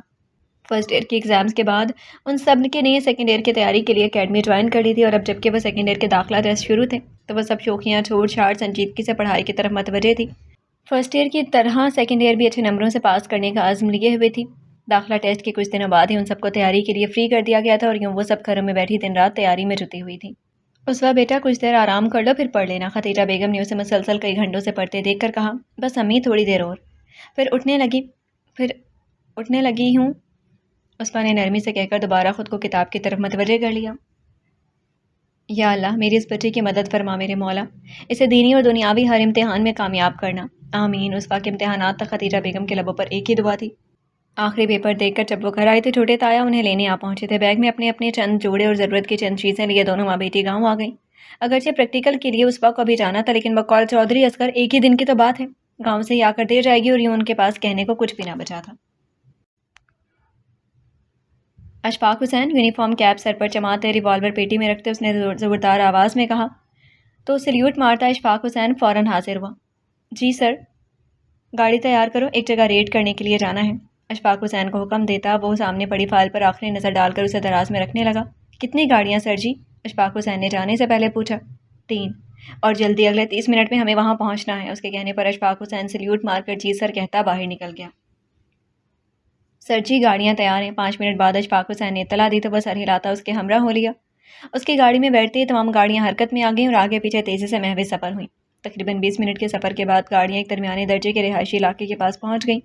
جب عباس حیدر نے ہاتھ بڑھا کر وائرلیس پکڑا اور اپنے پیچھے آتی گاڑیوں کو ہدایات جاری کی، 08 آپ اگلے موڑ پر گاڑی روک کر گلی میں پھیل جائیں۔ گلی کے آخری 2 مکان ہمارا فوکس ہیں، اس کے علاوہ بھی دھیان رہے آس پاس کے گھروں سے بھی کوئی مشتبہ فرد بھاگنے نہ پائے۔ یس سر، جو حکم۔ عباس حیدر کے حکم پہ دھیمی پڑتی ہے گاڑی جس کے آخری نمبر 08 تھا، زن سے ان دونوں گاڑیوں کے بیچ میں سے نکل کر آگے بڑھ گئی۔ 09 آپ یہیں رک کر ہمارا انتظار کریں، اگر ضرورت پڑی تو آپ کو بلا لیں گے۔ عباس حیدر نے کہنے کے ساتھ اپنی گاڑی بھی سائڈ پر روکنے کا اشارہ کیا تھا۔ ڈرائیور نے فوراً گاڑی روکی اور ساتھ ہی میں 09 نے بھی ان سے چند فٹ کے فاصلے پر بریک لگا دیا تھا۔ گاڑی کے رکتے ہی عباس حیدر اور اس کے ساتھ موجود افراد تیزی سے باہر نکلے تھے اور محتاط قدموں سے گلی میں داخل ہو گئے۔ اپنے ساتھ آئے افراد کو مختلف پوزیشنز پر کھڑا کر کے ایس پی عباس حیدر نے اپنی جگہ کا تعین کیا اور آگے بڑھ کر دروازے پر دستک دی۔ تھوڑی دیر بعد اندر سے کسی کے باہر آنے کی آہٹ سن کر وہ دروازے کے سامنے سے ہٹ کر فوراً سائڈ پر دیوار کے ساتھ لگ کر کھڑا ہو گیا تھا۔ کون؟ اندر سے سوال کیا گیا اور کوئی جواب نہ پا کر دروازہ کھول کر گلی میں جھانکنے کی کوشش کرتا شخص اگلے ہی لمحے عباس حیدر کی مضبوط گرفت میں تھا۔ منہ پر جمے مضبوط ہاتھ کے بدولت وہ کوئی بھی آواز نکالنے سے قاصر تھا۔ کل رات جو نئے کرایہ دار آئے ہیں وہ چاہیے ہمیں، بس اس لیے آواز نکالنے کی کوشش مت کرنا۔ خراتے لہجے میں کہی گئی عباس حیدر کی بات اس کی رہی صحیح مزاحمت بھی دم توڑ گئی تھی۔ اشارے پر ساتھ موجود پولیس اہلکار تیزی سے اندر داخل ہوئے اور بآسانی مطلوبہ افراد کو حراست میں لے لیا۔ ان تینوں مجرمان کے پاس سے اسلحہ بھی کافی مقدار میں برآمد ہوا تھا۔ مالک مکان کو بھی پوچھ گچھ کے لیے ساتھ لیا۔ وہ واپس ہوئے تو راستے میں ہی عباس حیدر نے اعلیٰ افسران کو ان افراد کی گرفتاری کی خبر دی۔ مطلوبہ افراد کی تلاش میں پولیس پچھلے 1 سال سے خوار ہو رہی تھی اور اب جا کر ان کی گرفتاری عمل میں آئی تھی، جس کا سہرا عباس حیدر کے سر تھا اور اپنی اس کامیابی پر وہ بے تحاشا خوش تھا۔ رضیہ، چودھری اصغر نے دودھ کا گلاس لے جاتے رضیہ کو پکارا۔ جی سائیں۔ رضیہ فوراً ان کے سامنے آ موجود ہوئی۔ یہ دودھ کس کے لیے لے جا رہی ہو؟ سائیں، خدیجہ بیگم کے لیے، رضیہ نے جواب دیا۔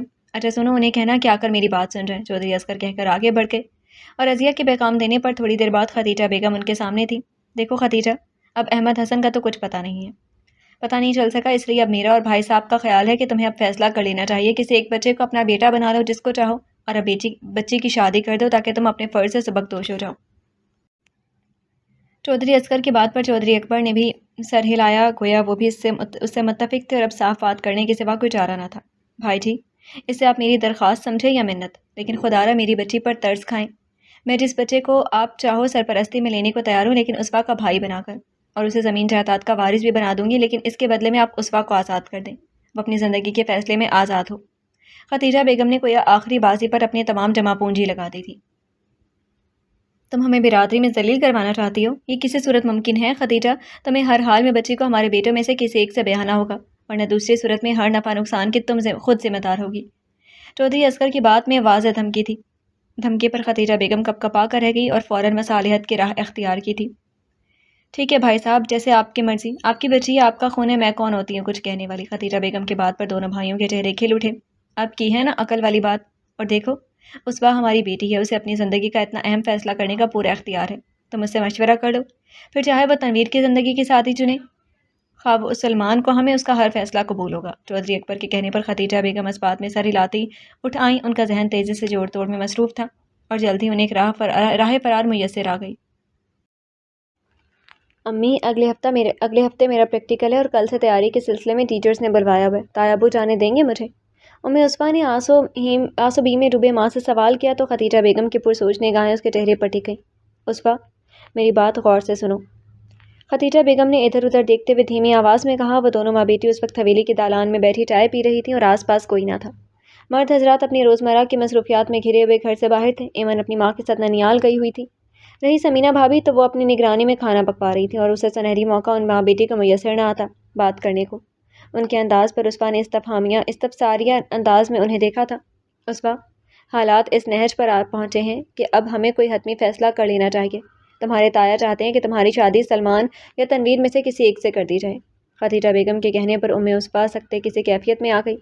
میں نے پوری کوشش کی ہے کہ تمہارے تایا اس شرط کو چھوڑ دیں، لیکن وہ کسی صورت اس کے لیے آمادہ نہیں ہے، اور یہ سب کچھ صرف زمینوں کے لیے کر رہے ہیں، اور زمیندار زمینوں سے کتنی محبت کرتے ہیں تمہیں اچھی طرح پتہ ہے۔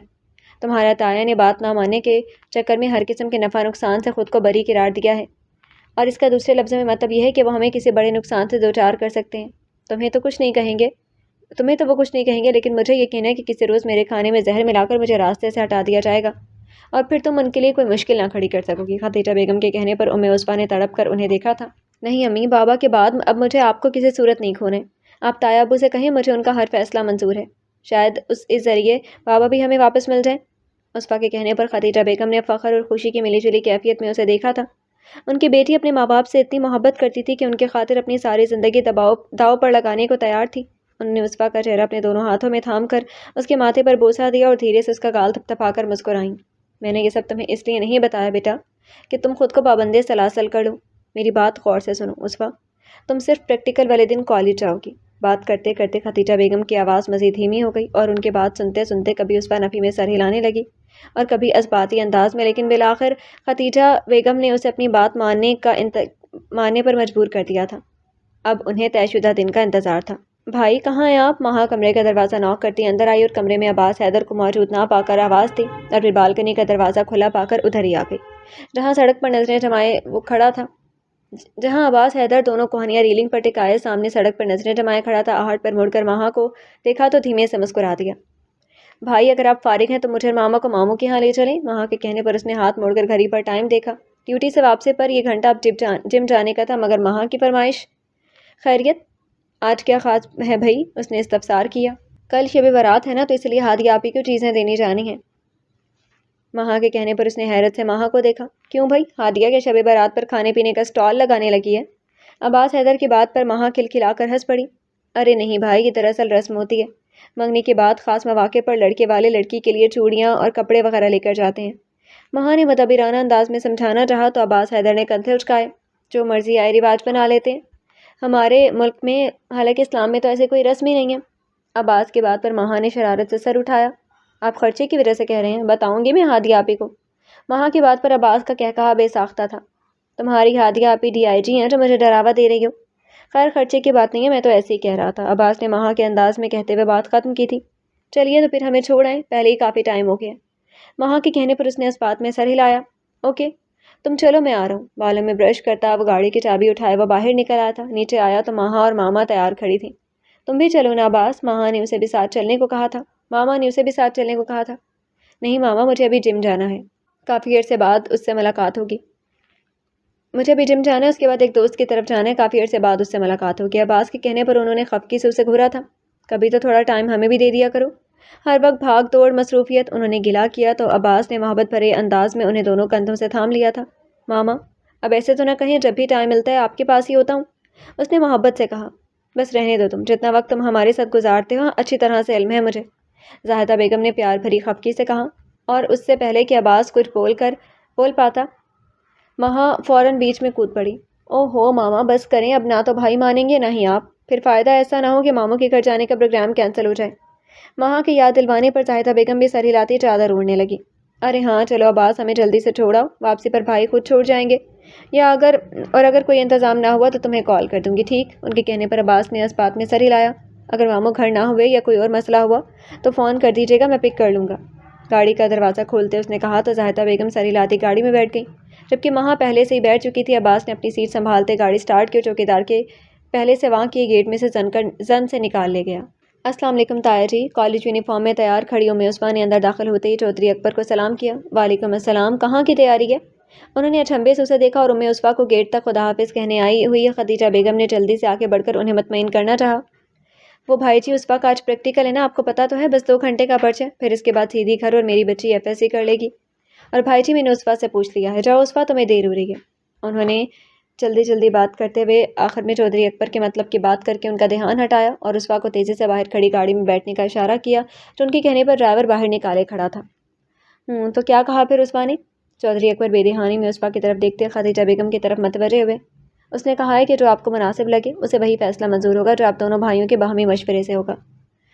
چلو پھر آج اصغر آتا ہے تو فائنل بات کرتے ہیں، اور پھر بیاہ کی تیاری کرو، تم لوگ ان کڑیوں کے تو ہزاروں بکھیڑے ہوتے ہیں۔ اچھا وقت پہ سب تیار ہو، چودھری اکبر کہتے اندر کی طرف بڑھ گئے اور خدیجہ بیگم آنکھ میں آئی نمی غیر محسوس انداز میں صاف کرتی اپنے کمرے کی طرف بڑھ گئی۔ ان کے لب مسلسل ویٹ کر رہے تھے اور دل ایک انجانے خدشے کے تحت معمول سے ہٹ کر دھڑک رہا تھا۔ یا اللہ میری بچی کی حفاظت فرمائے مولا۔ انہوں نے اندرونی خلفشار سے نظریں چرا کر دعا کی اور بے چینی سے کمرے کے چکر کاٹنے لگی۔ ماہا پلیز مجھے تم سے ایک ضروری بات کرنی ہے۔ ماہا جیسے ہی کالج میں داخل ہوئی امی عصفہ نے بغیر سلام دعا کے اس کا ہاتھ پکڑا اور تیزی سے درختوں کی قطار کے پیچھے لے گئی، جہاں وہ پہلی نگاہ میں کسی کو نظر نہیں آ سکتی تھی۔ خیریت امی عصفہ؟ ایسی کیا آفتاب آن پڑی جو تم یہ بغیر سلام دعا کے؟ اور باقی سب کہاں ہیں؟ ماہا نے حیرت سے اسے دیکھا۔ میں ابھی تھوڑی دیر پہلے ہی آئی ہوں اور تمہارا یہیں کھڑے ہو کر انتظار شروع کر دیا۔ عصفہ نے اس کے سوالوں کے جواب دیے۔ ماہا میں تم سے ایک دوست کی حیثیت سے اگر مدد مانگوں تو کیا تم میری مدد کرو گی؟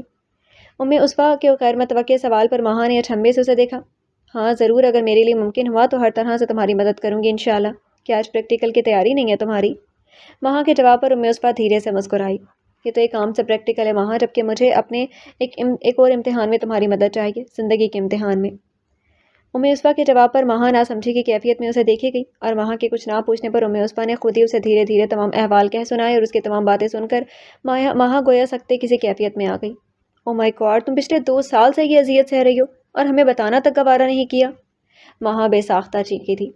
دودھ کا جلا چھاچھ بھی پھونک پھونک کر پیتا ہے ماہا۔ ہمیں جب اپنوں کا ہی یقین نہیں تھا تو پھر کسی اور پر کیا بھروسہ کرتے؟ اور پھر ہماری نئی نئی دوستی تھی، میں کیسے کسی پر اعتبار کر لیتی؟ آنکھوں میں آئی نمی جھٹکتے ہوئے امی عصفہ نے جواب دیا تھا تو ماہا سر ہلا کر رہ گئی۔ چلو خیر، کوئی بات نہیں، اب یہ بتاؤ مجھ سے کس قسم کی مدد چاہتی ہو؟ ماہا نے کہا تو امی عصفہ نے ایک لمحے کا توقف کیا۔ ماہا، تمہارے بھائی پولیس میں ہیں، اگر وہ میری کوئی مدد کر سکیں، لیکن یہ سب کچھ آف دی ریکارڈ ہوگا، کیونکہ اگر میرے تایا کو بھنک بھی پڑ گئی تو آئی جی تو کیا وہ بڑے سے بڑے آفیسر کے ذریعے تمہارے بھائی کو پریشرائز کر سکتے ہیں، لیکن اگر میں کچھ عرصے تک تمہارے گھر میں روپوش ہو جاؤں تو کسی کو بھی شک نہیں گزرے گا۔ میری اور تمہاری دوستی کے بارے میں کوئی نہیں جانتا، اور اگر ایسا ہو بھی گیا تو بھی تمہارے بھائی تو کچھ تو معاملہ سنبھال ہی لیں گے۔ امی عصفہ نے کہا تو ماہا نے گہری سانس بھری۔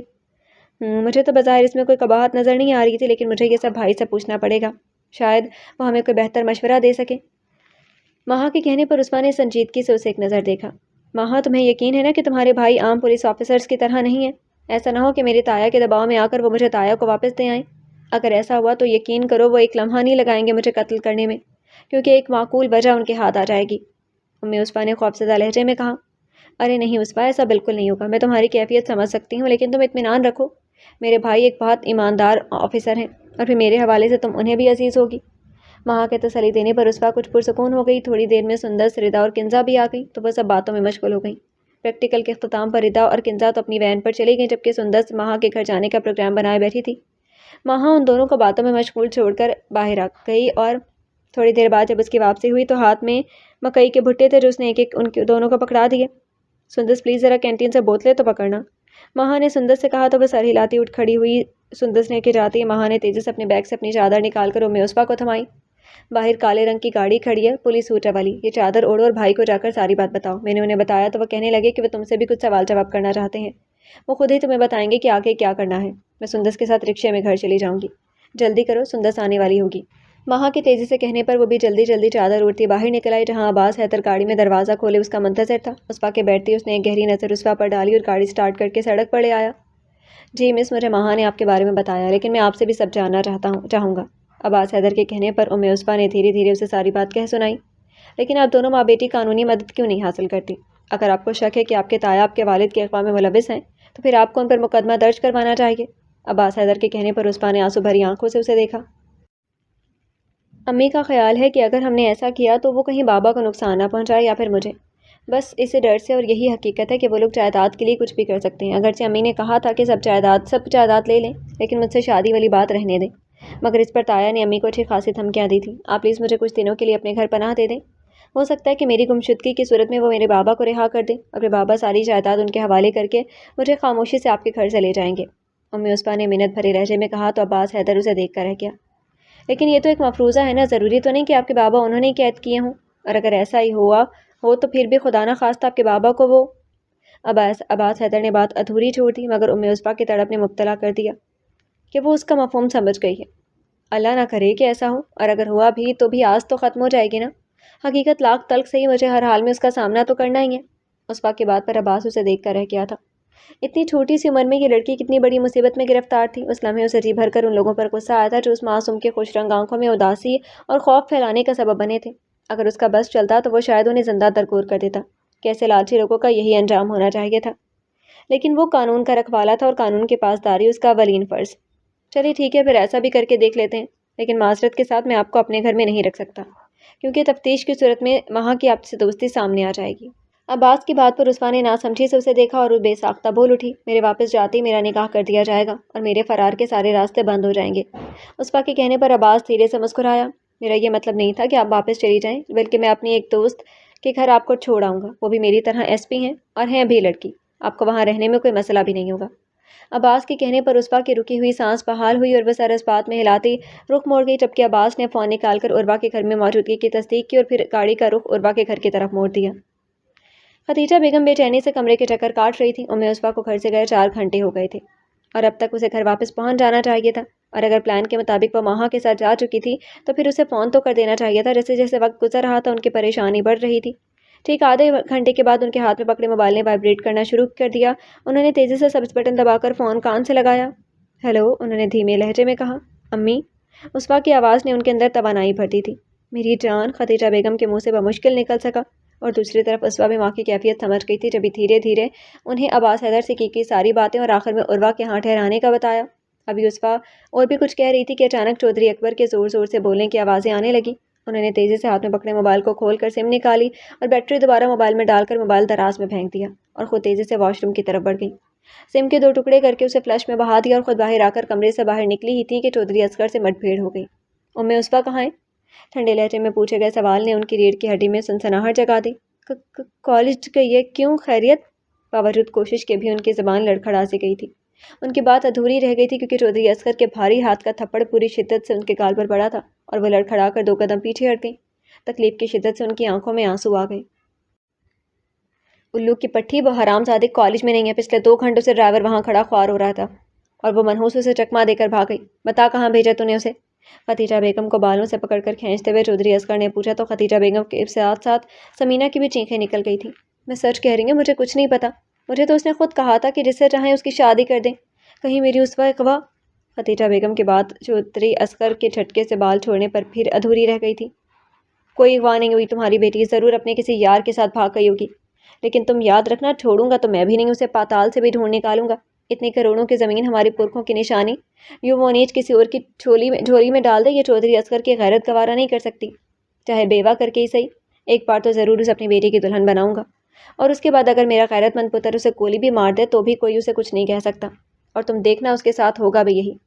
چودھری اصغر منہ سے کف اڑاتا اپنی بات کہہ کر باہر کی طرف چلا گیا، جبکہ خدیجہ بیگم وہیں زمین پر بیٹھ کر دھاڑے مار مار کر رونے لگی اور سمینہ بیگم انہیں گلے سے لگائے خاموشی سے تھپکے جا رہی تھی کہ ایک حرف تسلی بھی تو ان کے دامن میں نہ تھا۔ وڈیروں کی بیٹیاں وڈیروں کے طور طریقے اچھے سے جانتی تھیں۔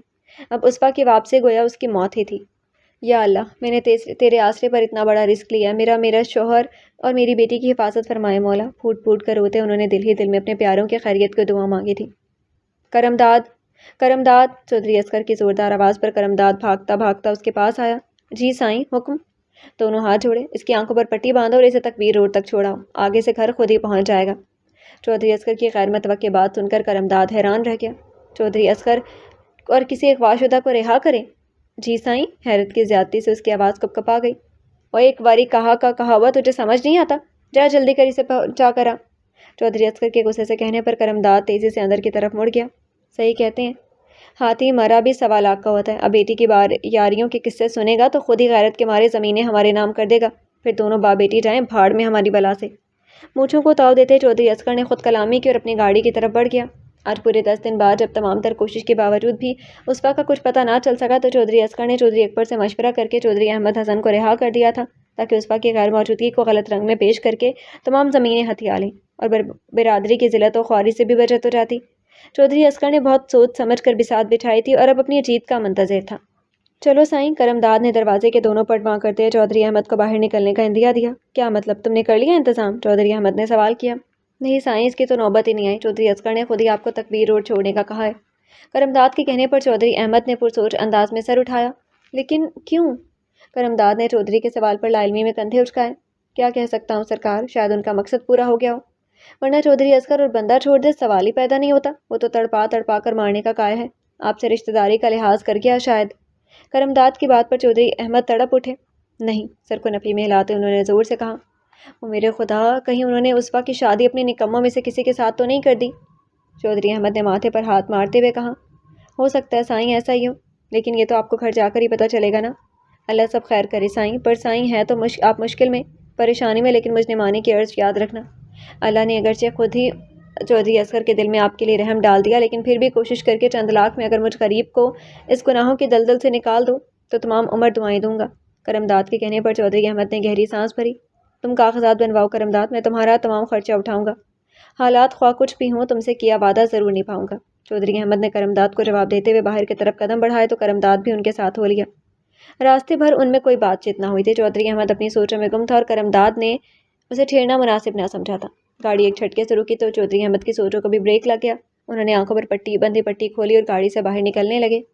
سائیں اللہ آپ کی مشکل آسان کرے اور آپ کی دھی کو ہر مصیبت سے بچائے، کرمداد نے دل سے دعا دی۔ چودھری احمد اس کے خلوص پر دل ہی دل میں مشکور ہوئے۔ سنو کرمداد، اپنا موبائل نمبر مجھے دے دو، میں نیا موبائل لے کر تم سے ضرور رابطہ کروں گا۔ چودھری احمد کے کہنے پر کرمداد نے جلدی سے سامنے پڑی کاپی اٹھائی اور نمبر لکھ کر چٹ پھاڑی اور چودھری احمد کی طرف بڑھا دی۔ چودھری احمد نے چٹ جیب میں رکھ کر ہاتھ ہلایا اور کالونی کی طرف جانے والے راستے کی طرف مڑ گیا۔ تقریباً 3 منٹ بعد وہ اپنے گھر کے سامنے تھا۔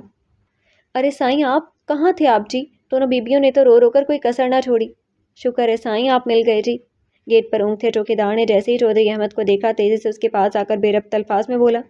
خوشی کے مارے اسے سمجھ ہی نہیں آ رہی تھی کہ کون سی بات پہلے کرنی ہے اور کون سی بات بعد میں۔ چودھری احمد نے دھیرے سے اس کا کندھا تھپتھپایا۔ سائیں بڑا عرصہ بڑی بیوی اور چھوٹی بیوی نے آپ کا انتظار کیا اور پھر بڑے سائیں انہیں اپنے ساتھ گاؤں لے گئے کہ جب آپ آؤ گے تو دونوں بیویاں بھی گھر آ جائیں گی۔ چوکیدار کے تفصیل بتانے پر وہ سر ہلاتے اندر کی طرف بڑھ گئے۔ ٹھنڈے پانی کا جگ اور گلاس لیے چوکیدار کی بیوی شیداں فوراً باہر آئی اور تقریباً اپنے میاں کے الفاظ میں خوشی کا اظہار کیا۔ سائیں آپ نہا کر کپڑے بدل لو، میں اتنے میں آپ کے لیے کھانا نکال دیتی ہوں۔ آپ بتاؤ آپ کا کیا کھانے کو دل چاہ رہے ہیں؟ شیداں کی بات پر چودھری احمد نے نفی میں سر ہلایا۔ نہیں شیداں، میں بس نہا کر گاؤں چلا جاؤں گا، تم زحمت مت کرو۔ چودھری احمد بات کر کے اپنے کمرے کی طرف بڑھ کے اچھی طرح نہا کر کپڑے بدل کر باہر آئے اور سائڈ ٹیبل کی دراز سے گاڑی کی چابی نکالی۔ اس میں والیٹ، شناختی کارڈ اور دوسرے وزٹنگ کارڈز اندر ہی موجود تھے، لیکن نہ تو چیک بک تھی اور نہ ہی ATM کارڈ۔ ختیجہ نے سنبھال لیے ہوں گے، خود کلامی کے انداز میں کہتے انہوں نے والیٹ جیب میں رکھا اور باہر نکل آئے۔ انہیں گاؤں پہنچنے کی جلدی تھی۔ وہاں کی صورتحال سے وہ زیادہ دیر بے خبر رہتے تو یقیناً انہیں کچھ ہو جاتا۔ ان کی عزیز جان بیٹی اور بیوی اس وقت مشکل میں تھے۔ کس مشکل میں گرفتار تھیں وہ اس حقیقت سے جلد باخبر ہو کر اس مشکل سے چھٹکارا پانے کی تدبیر کرنا چاہتے تھے۔ راستے بھر انجانے وسوسوں نے انہیں گھیرے رکھا، ایسے میں وہ کب گاؤں پہنچے انہیں خود بھی معلوم نہ ہو سکا تھا۔ اف عربا اب جلدی سے آ جاؤ، پچھلے 1 ہفتے سے اس اضافی ڈیوٹی نے تھکا دیا مجھے۔ عباس حیدر خود کلامی کے انداز میں کہتا آگے بڑھا اور دروازے پر دستک دی۔ ہمیشہ کی طرح آج بھی عثمان نے دروازہ کھولا تھا بنا پوچھے، اور ابد کھلے دروازے میں کھڑی عباس حیدر کو دیکھ کر بے ساختہ مسکرائی اور فوراً سلام کیا۔ السلام علیکم۔ وعلیکم السلام، تمہیں کیا الہام ہوتا ہے کہ یہ میرے آنے کا ٹائم ہے؟ عباس نے بھی مسکراتے ہوئے اسے چھیڑا تھا۔ اچانک کسی طرف سے دھیمی روشنی نے ایک پل کو انہیں فوکس کیا اور اگلے ہی پل نیم تاریکی چھا گئی۔ عباس نے چونک کر سامنے دیکھا لیکن وہاں کوئی نہ تھا۔ تیز قدموں سے تقریباً بھاگتے ہوئے اس نے اپنا شک دور کرنا چاہا، لیکن مطلوبہ جگہ پر کوئی نہ تھا اور نہ ہی قریب میں کوئی نظر آیا۔ جبھی عباس واپسی کے لیے مڑ گیا اور حیران کھڑی عصبہ کو ایک طرف کرتا اندر داخل ہو گیا، یہ جانے بغیر کہ اس کے پیچھے دروازہ بند ہوتے ہی سامنے والے فلیٹ کا دروازہ کھلا تھا اور کوئی بہت تیزی سے وہاں سے رفو چکر ہوا تھا۔ خیریت ہے؟ کیا ہوا؟ اس طرح سے کیوں بھاگے آپ؟ عصبہ نے پریشانی سے پوچھا تو عباس نے نفی میں سر ہلایا۔ نہیں کچھ نہیں، تم بتاؤ کوئی پریشانی وغیرہ تو نہیں؟ ویسے عروا پرسوں تک آ جائے گی، آج تو اس وقت ان کے منگنی کی تقریب ہو رہی ہوگی، گھڑی پر نگاہ دوڑاتے اس نے کہا تھا۔ آپ میری وجہ سے نہیں گئی نا؟ حالانکہ آپ کی اتنی دوستی ہے عروا آپی سے، عصبہ نے شرمندگی سے کہا۔ ارے نہیں، بلکہ مجھے آف نہیں مل سکا، ایک ہی ڈویژن میں 2 SP چھٹی پر چلے جائیں تو پھر تو کام ہو گیا، ہلکے پھلکے انداز میں عباس نے کہا تو نہ چاہتے ہوئے بھی عصبہ ہنس پڑی۔ اچھا تمہارے لیے ایک اچھی خبر ہے، ابھی 1 گھنٹہ پہلے تمہارے بابا گاؤں والی حویلی پہنچ گئے ہیں۔ عباس حیدر کے کہنے پر عصبہ گویا اچھل پڑی۔ کیا؟ تھینک گاڈ، اس کا مطلب ہے کہ اب میں جلدی اپنی امی بابا کے ساتھ ہوں گی۔ خوشی کے مارے عصبہ کی آواز کپکپا گئی، اس کے انداز پر عباس دھیمے سے مسکرا دیا۔ انشاءاللہ ایسا ہی ہوگا، نرمی سے کہتے وہ اٹھ کھڑا ہوا تھا۔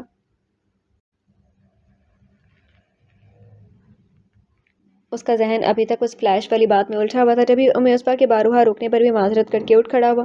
ارے عباس صاحب اب اتنی جلدی جا رہے ہیں؟ عروا کو ملازم نفیسہ خاتون ہاتھوں میں چائے کی ٹرے لیے تھامے اٹھائے باہر نکلی تو بے ساختہ بول اٹھی۔ نفیسہ خاتون آپ کی چائے ادھار رہی، پھر آ کر پی لوں گا، بلکہ ساتھ میں عروا کی منگنی کی مٹھائی بھی کھاؤں گا۔ نفیسہ خاتون سے وعدہ کرتا وہ باہر کی طرف بڑھ گیا تھا۔ دروازے تک پہنچ کر اچانک واپس مڑا، اس کے پیچھے اسے خدا حافظ کہنے والی عصبہ بھی رک گئی تھی۔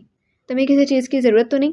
عصبہ کی طرف متوجہ ہوتے اس نے سوال کیا۔ نہیں کسی چیز کی ضرورت نہیں ہے، شکریہ آنٹی۔ ماہا اور سندس کیسی ہیں؟ عصفہ نے جواب دیتے ہی اپنے دوستوں کا پوچھا تھا۔ دونوں ٹھیک ہیں، ماں بھی تمہیں بہت یاد کرتی ہے، اکثر تمہارے بارے میں پوچھتی رہتی ہے۔ امی کو بھی بہت فکر تھی تمہاری، اس بات پر کافی ناراض ہوئی کہ تمہیں یہاں کیوں رکھا، اپنے ہی گھر میں ٹھہرا لیتے، لیکن پھر میرے سمجھانے پر مان گئی۔ وہ بار بار کہہ رہی تھی کہ عصفہ کو کہنا پریشان نہ ہو، اللہ تعالیٰ ضرور بہتری کرے گا۔ فون کرنے سے اور ملنے کو بھی بے چین تھی، لیکن میں نے احتیاط کے باعث منع کر دیا۔ عباس حیدر نے تفصیلاً تمام احوال کہہ سنایا تھا۔ میں بھی انہیں بہت یاد کرتی ہوں، اب میرے بابا آ گئے ہیں تو انشاءاللہ جلدی مجھے یہاں سے لے جائیں گے، تب میں ضرور آؤں گی آپ کے گھر، ماں اور آنٹی سے ملنے اور شکریہ ادا کرنے، اور سندس کے یہاں بھی جاؤں گی۔ آپ کی منگنی کے بعد سے تو اب ہادی آپی سے بھی آشنائی ہو گئی ہے، بہت نائس ہے وہ، اور آپ کا کپل ایک پرفیکٹ کپل ہوگا۔ عصفہ بات کرتے کرتے رکی تھی، اگرچہ اب عباس حیدر اور اچھا لگنے لگا تھا، لیکن ہادیہ سے منگنی کے بعد وہ کسی کی امانت تھا، خود عباس اسے چھوٹے بچوں کی طرح ٹریٹ کرتا تھا۔ ایسے میں دل میں پنپتی محبت کو دل میں ہی دبائی اس نے ہادیہ اور عباس کے بارے میں بڑے حقیقت پسندانہ کمنٹس دیے تھے۔ یہ اس کی تعریف پر عباس بے ساختہ مسکرایا تھا۔ تعریف کا شکریہ، اچھا اب مجھے اجازت، اللہ حافظ۔ الوداعی کلمات کہتے عباس حیدر واپسی کے لیے مڑ گیا تو عصفہ نے بھی دروازہ بند کیا اور اندر کی طرف بڑھ گئی۔ اپنے گھر واپس جانے کا خوشگن احساس اسے مسحور کیے دے رہا تھا۔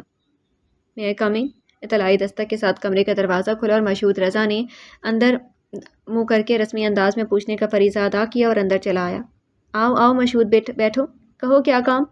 ویسے پولیس کے بارے میں اتنے مزے کی خبر عوام کو بھی اچھی لگے گی۔ سامنے کرسی پر بیٹھے فواد خان نے مسکراتے ہوئے کہا تو مشہود رضا نے گہری سانس بھر کر کرسی پر بیٹھ گیا۔ او سر جی، یہ تو معاملہ ہی کچھ اور نکلا ہے، اپنے پولیس والے اور کوئی رومانٹک خبر عوام کی جھولی میں ڈالیں، ناممکن، مشہود رضا نے مایوس انداز میں کہا تو فواد خان چونک کر آگے جھکایا۔ ہونا کیا ہے سر جی، میں تو سمجھا تھا کہ مس عروہ اور اپنے عباس حیدر کے درمیان کوئی چکر بکر ہے اور دونوں جلدی کسی بندھن میں بندھتے نظر آ رہے تھے، لیکن یہ سب ظاہری طور پر تھا، اصل میں تو وہ لڑکی ہی اور نکلی۔ اور یہ دیکھیے تصویر۔ مشہود رضا نے اپنا ڈیجیٹل کیمرہ فواد خان کی طرف بڑھایا۔ اوئے یہ کیا چکر ہے بھائی؟ فواد خان نے تصویر دیکھتے حیرت سے کہا۔ ایس پی عباس حیدر ایک ادھ کھلے دروازے کے سامنے تھا اور دروازہ نیم وا کیے لڑکی کا سائڈ پوز نظر آ رہا تھا۔ اگرچہ پہلی نظر میں لڑکی کی پہچان مشکل تھی، لیکن اس کے خد و خال سے یہ واضح تھا کہ وہ لڑکی ایس پی عروہ قطعاً نہیں تھی۔ میں نے مزید تحقیقات کی تو پتہ چلا کہ یہ لڑکی ایس پی عباس حیدر ہی لے کر آیا تھا اور عروہ کے ہاں ٹھہرائی ہوئی ہے۔ اس کے علاوہ ایس پی اسفندیار بھی پچھلے دنوں کافی چکر لگاتا رہا ہے مس عروہ کے گھر۔ میری سمجھ سے تو معاملہ باہر ہے، کندھے اچکاتے مشہود رضا نے کہا تو فواد خان نے زور سے ٹیبل پر ہاتھ مارا۔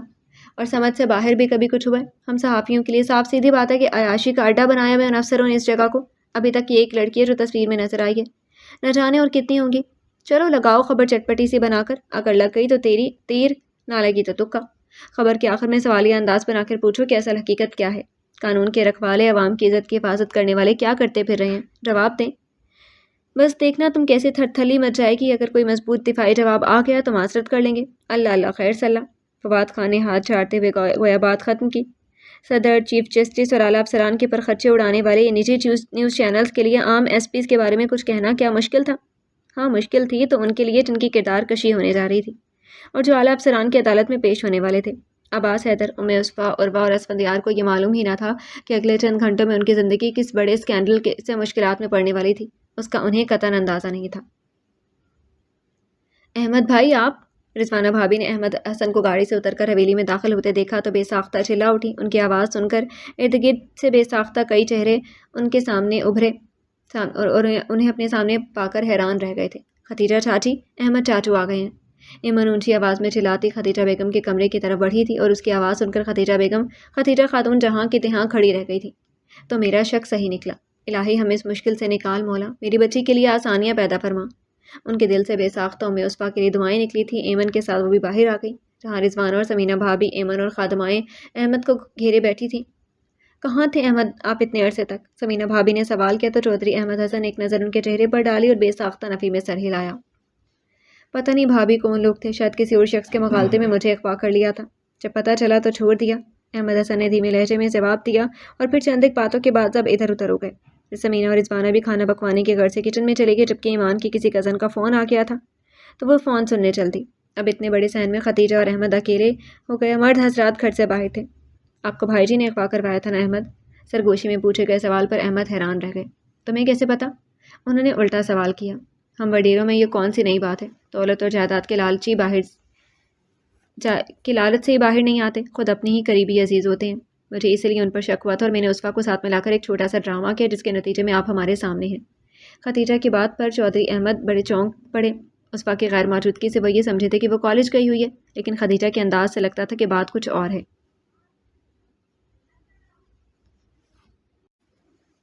اسفا کہاں ہے خدیجہ؟ انہوں نے بے ساختہ اسفا کا پوچھا اور جواب میں محتاط انداز سے ادھر ادھر دیکھتے خدیجہ بیگم نے انہیں تمام کتھا کہہ سنائی۔ احمد، ہماری بیٹی اس وقت محفوظ ہاتھوں میں ہے، آپ ان کے مطالبات مان کر جان چھڑائیں اور پھر ہم اپنی بیٹی کو یہاں سے لے کر دور کسی دوسرے ملک میں جا بسیں گے۔ خدیجہ بیگم کے کہنے پر احمد حسن نے بے ساختہ اپنا ماتھا پیٹ لیا۔ اف، تم عورتوں کی جذباتی ہے، تمہیں پتہ ہے کہ اب یہ لوگ اسفا کی کردار کشی کس طرح سے کریں گے؟ احمد حسن نے خفگی بھری آنکھوں سے انہیں دیکھا۔ معذرت کے ساتھ احمد، مجھے اپنی بیٹی کی سلامتی اور خوشیاں زیادہ عزیز ہیں۔ آپ کی اس نام نہاد عزت سے زیادہ سے زیادہ لوگ یہ آپ کے حصے کی جائیداد ہی اپنے نام کروائیں گے نا، تو کروانے دیں۔ میری تمام جائیداد، آپ کا بزنس اور بینک میں پڑا لاکھوں روپیہ ہمارے لیے کافی ہے۔ ہم اپنی بیٹی کی سلامتی کے صدقے میں یہ جائیداد اس سے وار کر پھینک سکتے ہیں۔ پلیز احمد، ایسا کچھ نہیں ہوگا جیسا آپ سوچ رہے ہیں۔ لوگ بہت جلد اس بات کو بھول جائیں گے اور جب ہم شفٹی بیرون ملک ہو جائیں گے تو پھر یہ قصہ یہیں رہ جائے گا۔ خدیجہ بیگم کے التجائی انداز پر احمد حسن بے ساختہ گہری سانس بھر کر رہ گئے۔ پتہ نہیں کیسے لوگ ہیں وہ، ہم تمہیں یوں انجانے لوگوں میں اسفا کو نہیں بھیجنا چاہیے تھا۔ خدیجہ، احمد نہ چاہتے ہوئے بھی اپنا خدشہ کہہ گئے۔ انجان نہیں ہے احمد، وہ 2 سال سے ہم نہیں جانتے، ہم انہیں جانتے ہیں اور لڑکے کی ماں بہن سے بھی میں ملی ہوں، سلجھی ہوئی شریف فیملی۔ آپ تسلی رکھیں اور بس یہاں سے جان چھڑوائیں اور خدا را کسی کو بھی شک مت پڑنے دیجیے گا کہ آپ اپنے مجرموں کو جانتے ہیں۔ احمد، میرے لیے آپ اور اسفا دونوں کل کائنات ہیں، خدیجہ بیگم نے احمد حسن کو سمجھاتے ہوئے کہا تھا۔ لیکن اس طرح تو یہ اور شیر ہو جائیں گے، مجھے کم از کم باتوں باتوں میں تو انہیں جتلانا ہی ہوگا کہ مجھے اغوا کرنے والے کون ہیں۔ احمد حسن نے کہا تو خدیجہ بیگم تڑپ اٹھی۔ نہیں احمد، آپ پہلے کی طرح لا علمی محسوس کروائیے گا، خود کو جیسے بھابھی کو کہا تھا، اور یہ یاد رکھیں کہ ہمیں ہر قیمت پر یہاں سے جانا ہے، خواہ کوئی بھی بہانہ بنائے۔ ہماری بیٹی کی پاک دامنی پر شک بھی مت کیجیے گا، جب ہمیں خود معلوم ہے اور اللہ تعالیٰ گواہ ہے احمد، تو پھر باقی کیا رہ جاتا ہے۔ خدیجہ بیگم نے جب گواہ کے طور پر اللہ کو شامل کیا تو احمد حسن کی رہی صحیح مزاحمت بھی دم توڑ گئی۔ وہ شک کا بیج جو احمد حسن کے رشتہ دار ان کے دل میں بوتے، خدیجہ بیگم نے اس کو پنپنے سے پہلے ہی نکال باہر کیا تھا، اور ہوا بھی یہی۔ چودھری اکبر اور چودھری اصغر نے پہلے تو احمد کی واپسی پر مصنوعی خوشی کا اظہار کیا، پھر اسفا کے عمل پر اظہار افسوس کرتے اپنی غیرت کی باتیں کرنے لگے۔ اسفا میری مانگ تھی، چاچو اس نے میری غیرت کو للکارا ہے، سلمان مونچھوں کو تاؤ دیتا بولا۔ چودھری احمد کا دل چاہا کہ اس کا منہ نوچ لیں، لیکن خدیجہ بیگم کے ہلکے ہاتھ کے دباؤ نے انہیں مصالحت آمیز رویہ اپنانے پر مجبور کر دیا۔ آج اگر میری بھی جوان بیٹے ہوتے تو میں دیکھتا کہ یہ کیسے مجھے آنکھیں دکھاتے ہیں۔ ایک پل کو احمد حسن کے دل میں خیال آیا تھا اور دوسرے پل اس کو جھٹکتے وہ سلمان کی طرف متوجہ ہوئے، لیکن ابھی وہ کچھ کہہ نہیں نہ پائے تھے کہ چودھری اکبر بول پڑے۔ احمد حسن، اگرچہ تمہارا دکھ بڑا ہے لیکن حقیقت یہی ہے کہ اب پنچایت کے روح سے تمام جائیداد کا وارث سلمان ہی بنتا ہے۔ چودھری احمد حسن نے بغور انہیں دیکھا۔ بھائی جی، آپ سے کب میں نے اسفا کے رشتے کے سلسلے میں ہاں کی تھی؟ آپ نے دستے سوال ضرور پھیلایا تھا لیکن میں نے انکار کر دیا تھا۔ احمد حسن کے جواب پہ وہاں موجود تمام افراد چونک پڑے، سمینہ، رضوان اور خود سلمان بھی، جسے یہی بتایا گیا تھا کہ اسفا اس کی منگیتر ہے۔ تمہارے نہ کرنے سے کیا ہوتا ہے احمد؟ جب یہ طے ہے کہ ہم لوگ جائیدادیں غیر خاندان میں نہیں جانے دیتے تو اپنے پرکھوں کی اس روایت کو تم کیسے ختم کر سکتے ہو؟ تنویر یا سلمان کسی ایک سے ہی تمہاری بیٹی کو بیاہ جانا تھا، تو اب پھر یہ آنا کانی کیوں؟ تمہاری بیٹی جو گل کھلا چکی ہے، اس کے بعد بھی اگر تم چاہو تو ہم اسے ڈھونڈ کر اپنے ایک بیٹے سے بیاہنے کو تیار ہیں۔ چودھری اصغر ایک دم گرج کر بولے تھے۔ احمد نے گہری سانس بھر کر اپنے غصے کو کنٹرول کیا۔ میری بیٹی کی بات رہنے دے بھائی صاحب، آپ کو اصل مسئلہ زمینوں کا ہے تو میں آپ کو اپنی جائیداد لکھ کر دینے کو تیار ہوں۔ میں اسفا کو آگ کرتا ہوں اور میں اپنی جائیداد میں سے آدھی تنویر اور سلمان کو دینے کے لیے تیار ہوں۔ میری جائیداد میں سے خدیجہ کے نام جو کچھ ہے وہ میں کسی صورت واپس نہیں لوں گا، اور رہا اسفا کے نام جو کچھ جائیداد کا ہونا تو وہ قانوناً ان کی ملکیت کے لیے جب کیس دائر کرے گی تو میں خود ہی اسے نپٹ لوں گا۔ احمد کے جواب پر دونوں بھائیوں نے ایک دوسرے کو دیکھا تھا۔ بیٹھے بٹھائے اچھی خاصی جائیداد ہاتھ لگنے لگی تھی، انہیں اور کیا چاہیے تھا، لیکن پھر بھی کچھ اور پانے کی چاہ میں چودھری اصغر بول ہی پڑے۔ پھر بھی احمد، تم سوچ لو، اگر اسفا سال 6 ماہ بعد واپس آ کر سلمان سے شادی پر تیار ہو جائے تو ہم مان جائیں گے۔ چودھری اصغر کی بات سے سلمان نے نفی میں سر ہلایا تھا۔ نہیں ابو جی، اسفا کو بھی تو پتہ چلے کہ اتنی دولت اور جائیداد کو اور مجھ جیسے وڈیرے کو انکار کر کے وہ کسی ٹٹ پونجی کے ساتھ کیسے گزارا کرتی ہے۔ اچھا ہے ساری زندگی جوڑ توڑ میں گزارے۔ چودھری سلمان کو اپنی ماموں ذات پسند تھی، اور جبکہ خود اسفا نے اس کو موقع دیا تھا تو وہ کیوں گنواتا، جبکہ تھوڑی بہت غیرت وہ دکھا چکا تھا۔ اب مزید کچھ کہنا خود کو پھنسانے کے مترادف تھا۔ جب بھی وہ صاف ہاتھ جھاڑتے ایک طرف ہو رہے، سلمان کے کہنے پر خدیجہ بیگم اور احمد حسن نے سکھ کی سانس لی۔ اگرچہ سلمان اپنی غیرت کا مسئلہ بناتے، اسفا کو ڈھونڈنے اور پھر جان سے مارنے کی بات کرتا تو بھی کچھ نیا نہ تھا کہ یہ تو عام بات تھی، لیکن شکر خدا کا کہ وہ صرف دولت کا لالچی نکلا اور ہڈی ملنے پر دم ہلاتا ایک طرف ہو رہا تھا۔ باقی کی کارروائی محض 2-4 روز میں نپٹا کر وہ دونوں ہمیشہ ہمیشہ کے لیے اس حویلی سے نکل آئے تھے، اور اب کی بار انہیں کسی نے بھی نہیں روکا تھا۔ آج ہمارا بھی کوئی بیٹا ہوتا تو ختیجہ جو یوں ہمیں بزدلی سے بھاگنا نہ پڑتا، احمد حسن نے دکھ سے کہا تو ختیجہ کی آنکھیں نم ہو گئیں۔ کیسی باتیں کرتے ہیں احمد، کی بزدلی نہیں وقت کا تقاضا ہے، اور احمد ہم سب جب ایک ہی ساتھ ہیں تو ان زمینوں کی کیا اوقات؟ ہماری فیملی ہی ہمارا اصل اثاثہ ہے۔ اگر خدا نہ خواستہ آپ کو یا اسوا کو کچھ ہو جاتا اور یہ زمینیں ہمارے پاس رہتی تو پھر ہم ان کا کیا کرتے؟ مجھے ان کا غم نہیں ہے، اب بس اسوا سے رابطہ کرنا ہے اور وہیں اسے مل آئیں۔ گھر لانے کی ضرورت نہیں، آپ ہم تینوں کے پاسپورٹ بنوائیں اور جلد از جلد یہاں سے نکلیں۔ ان لالچیوں کا کچھ پتہ نہیں کہ مزید کے لالچ میں کچھ اور ہی نہ کر بیٹھیں۔ ختیجہ کی بات پر سر ہلاتے احمد حسن خاموشی سے گاڑی ڈرائیو کرنے لگے۔ دونوں اپنی اپنی جگہ اسوا کو ہی سوچ رہے تھے اور اس سے ملنے کے لیے بے چین تھے۔ عباس حیدر کچھ دیر قبل گھر پہنچا تھا اور ابھی فریش ہو کر باتھ روم سے نکلا ہی تھا کہ اس کا موبائل بج اٹھا۔ موبائل پر عروہ کالنگ جگمگا رہا تھا۔ ہیلو، بالوں میں ہاتھ چلاتے اس نے موبائل دوسرے ہاتھ سے کان سے لگایا تھا۔ ہیلو عباس، کہاں ہو؟ عروہ نے بوجھلت پوچھا تھا۔ ابھی گھر پہنچا ہوں، کیوں خیریت؟ عباس نے پوچھا۔ خیریت کے بچے، ذرا ٹی وی لگاؤ اور دیکھو ہم لوگوں کے متعلق کیا بکواس کی جا رہی ہے۔ اپنے کریئر کے شروع میں ہی اس قسم کے اسکینڈل ہمیں کہاں لے جائیں گے؟ وہ سب ایک طرف، بلکہ میرے ابا کو اپنی کمشنری اور اسفند کے ابا اور چچاؤں کو اپنی بیوروکریسی پر اٹیک لگ رہا ہے کہ عروہ کے تپے تپے لہجے میں کہی گئی بات نے عباس کو بڑھتا حیرت میں ڈال دیا۔ ایسا کیا ہے ٹی وی میں پر ان کے متعلق جو ان کے ساتھ ساتھ ان کے بڑوں کے لیے بھی باعث شرمندگی تھا؟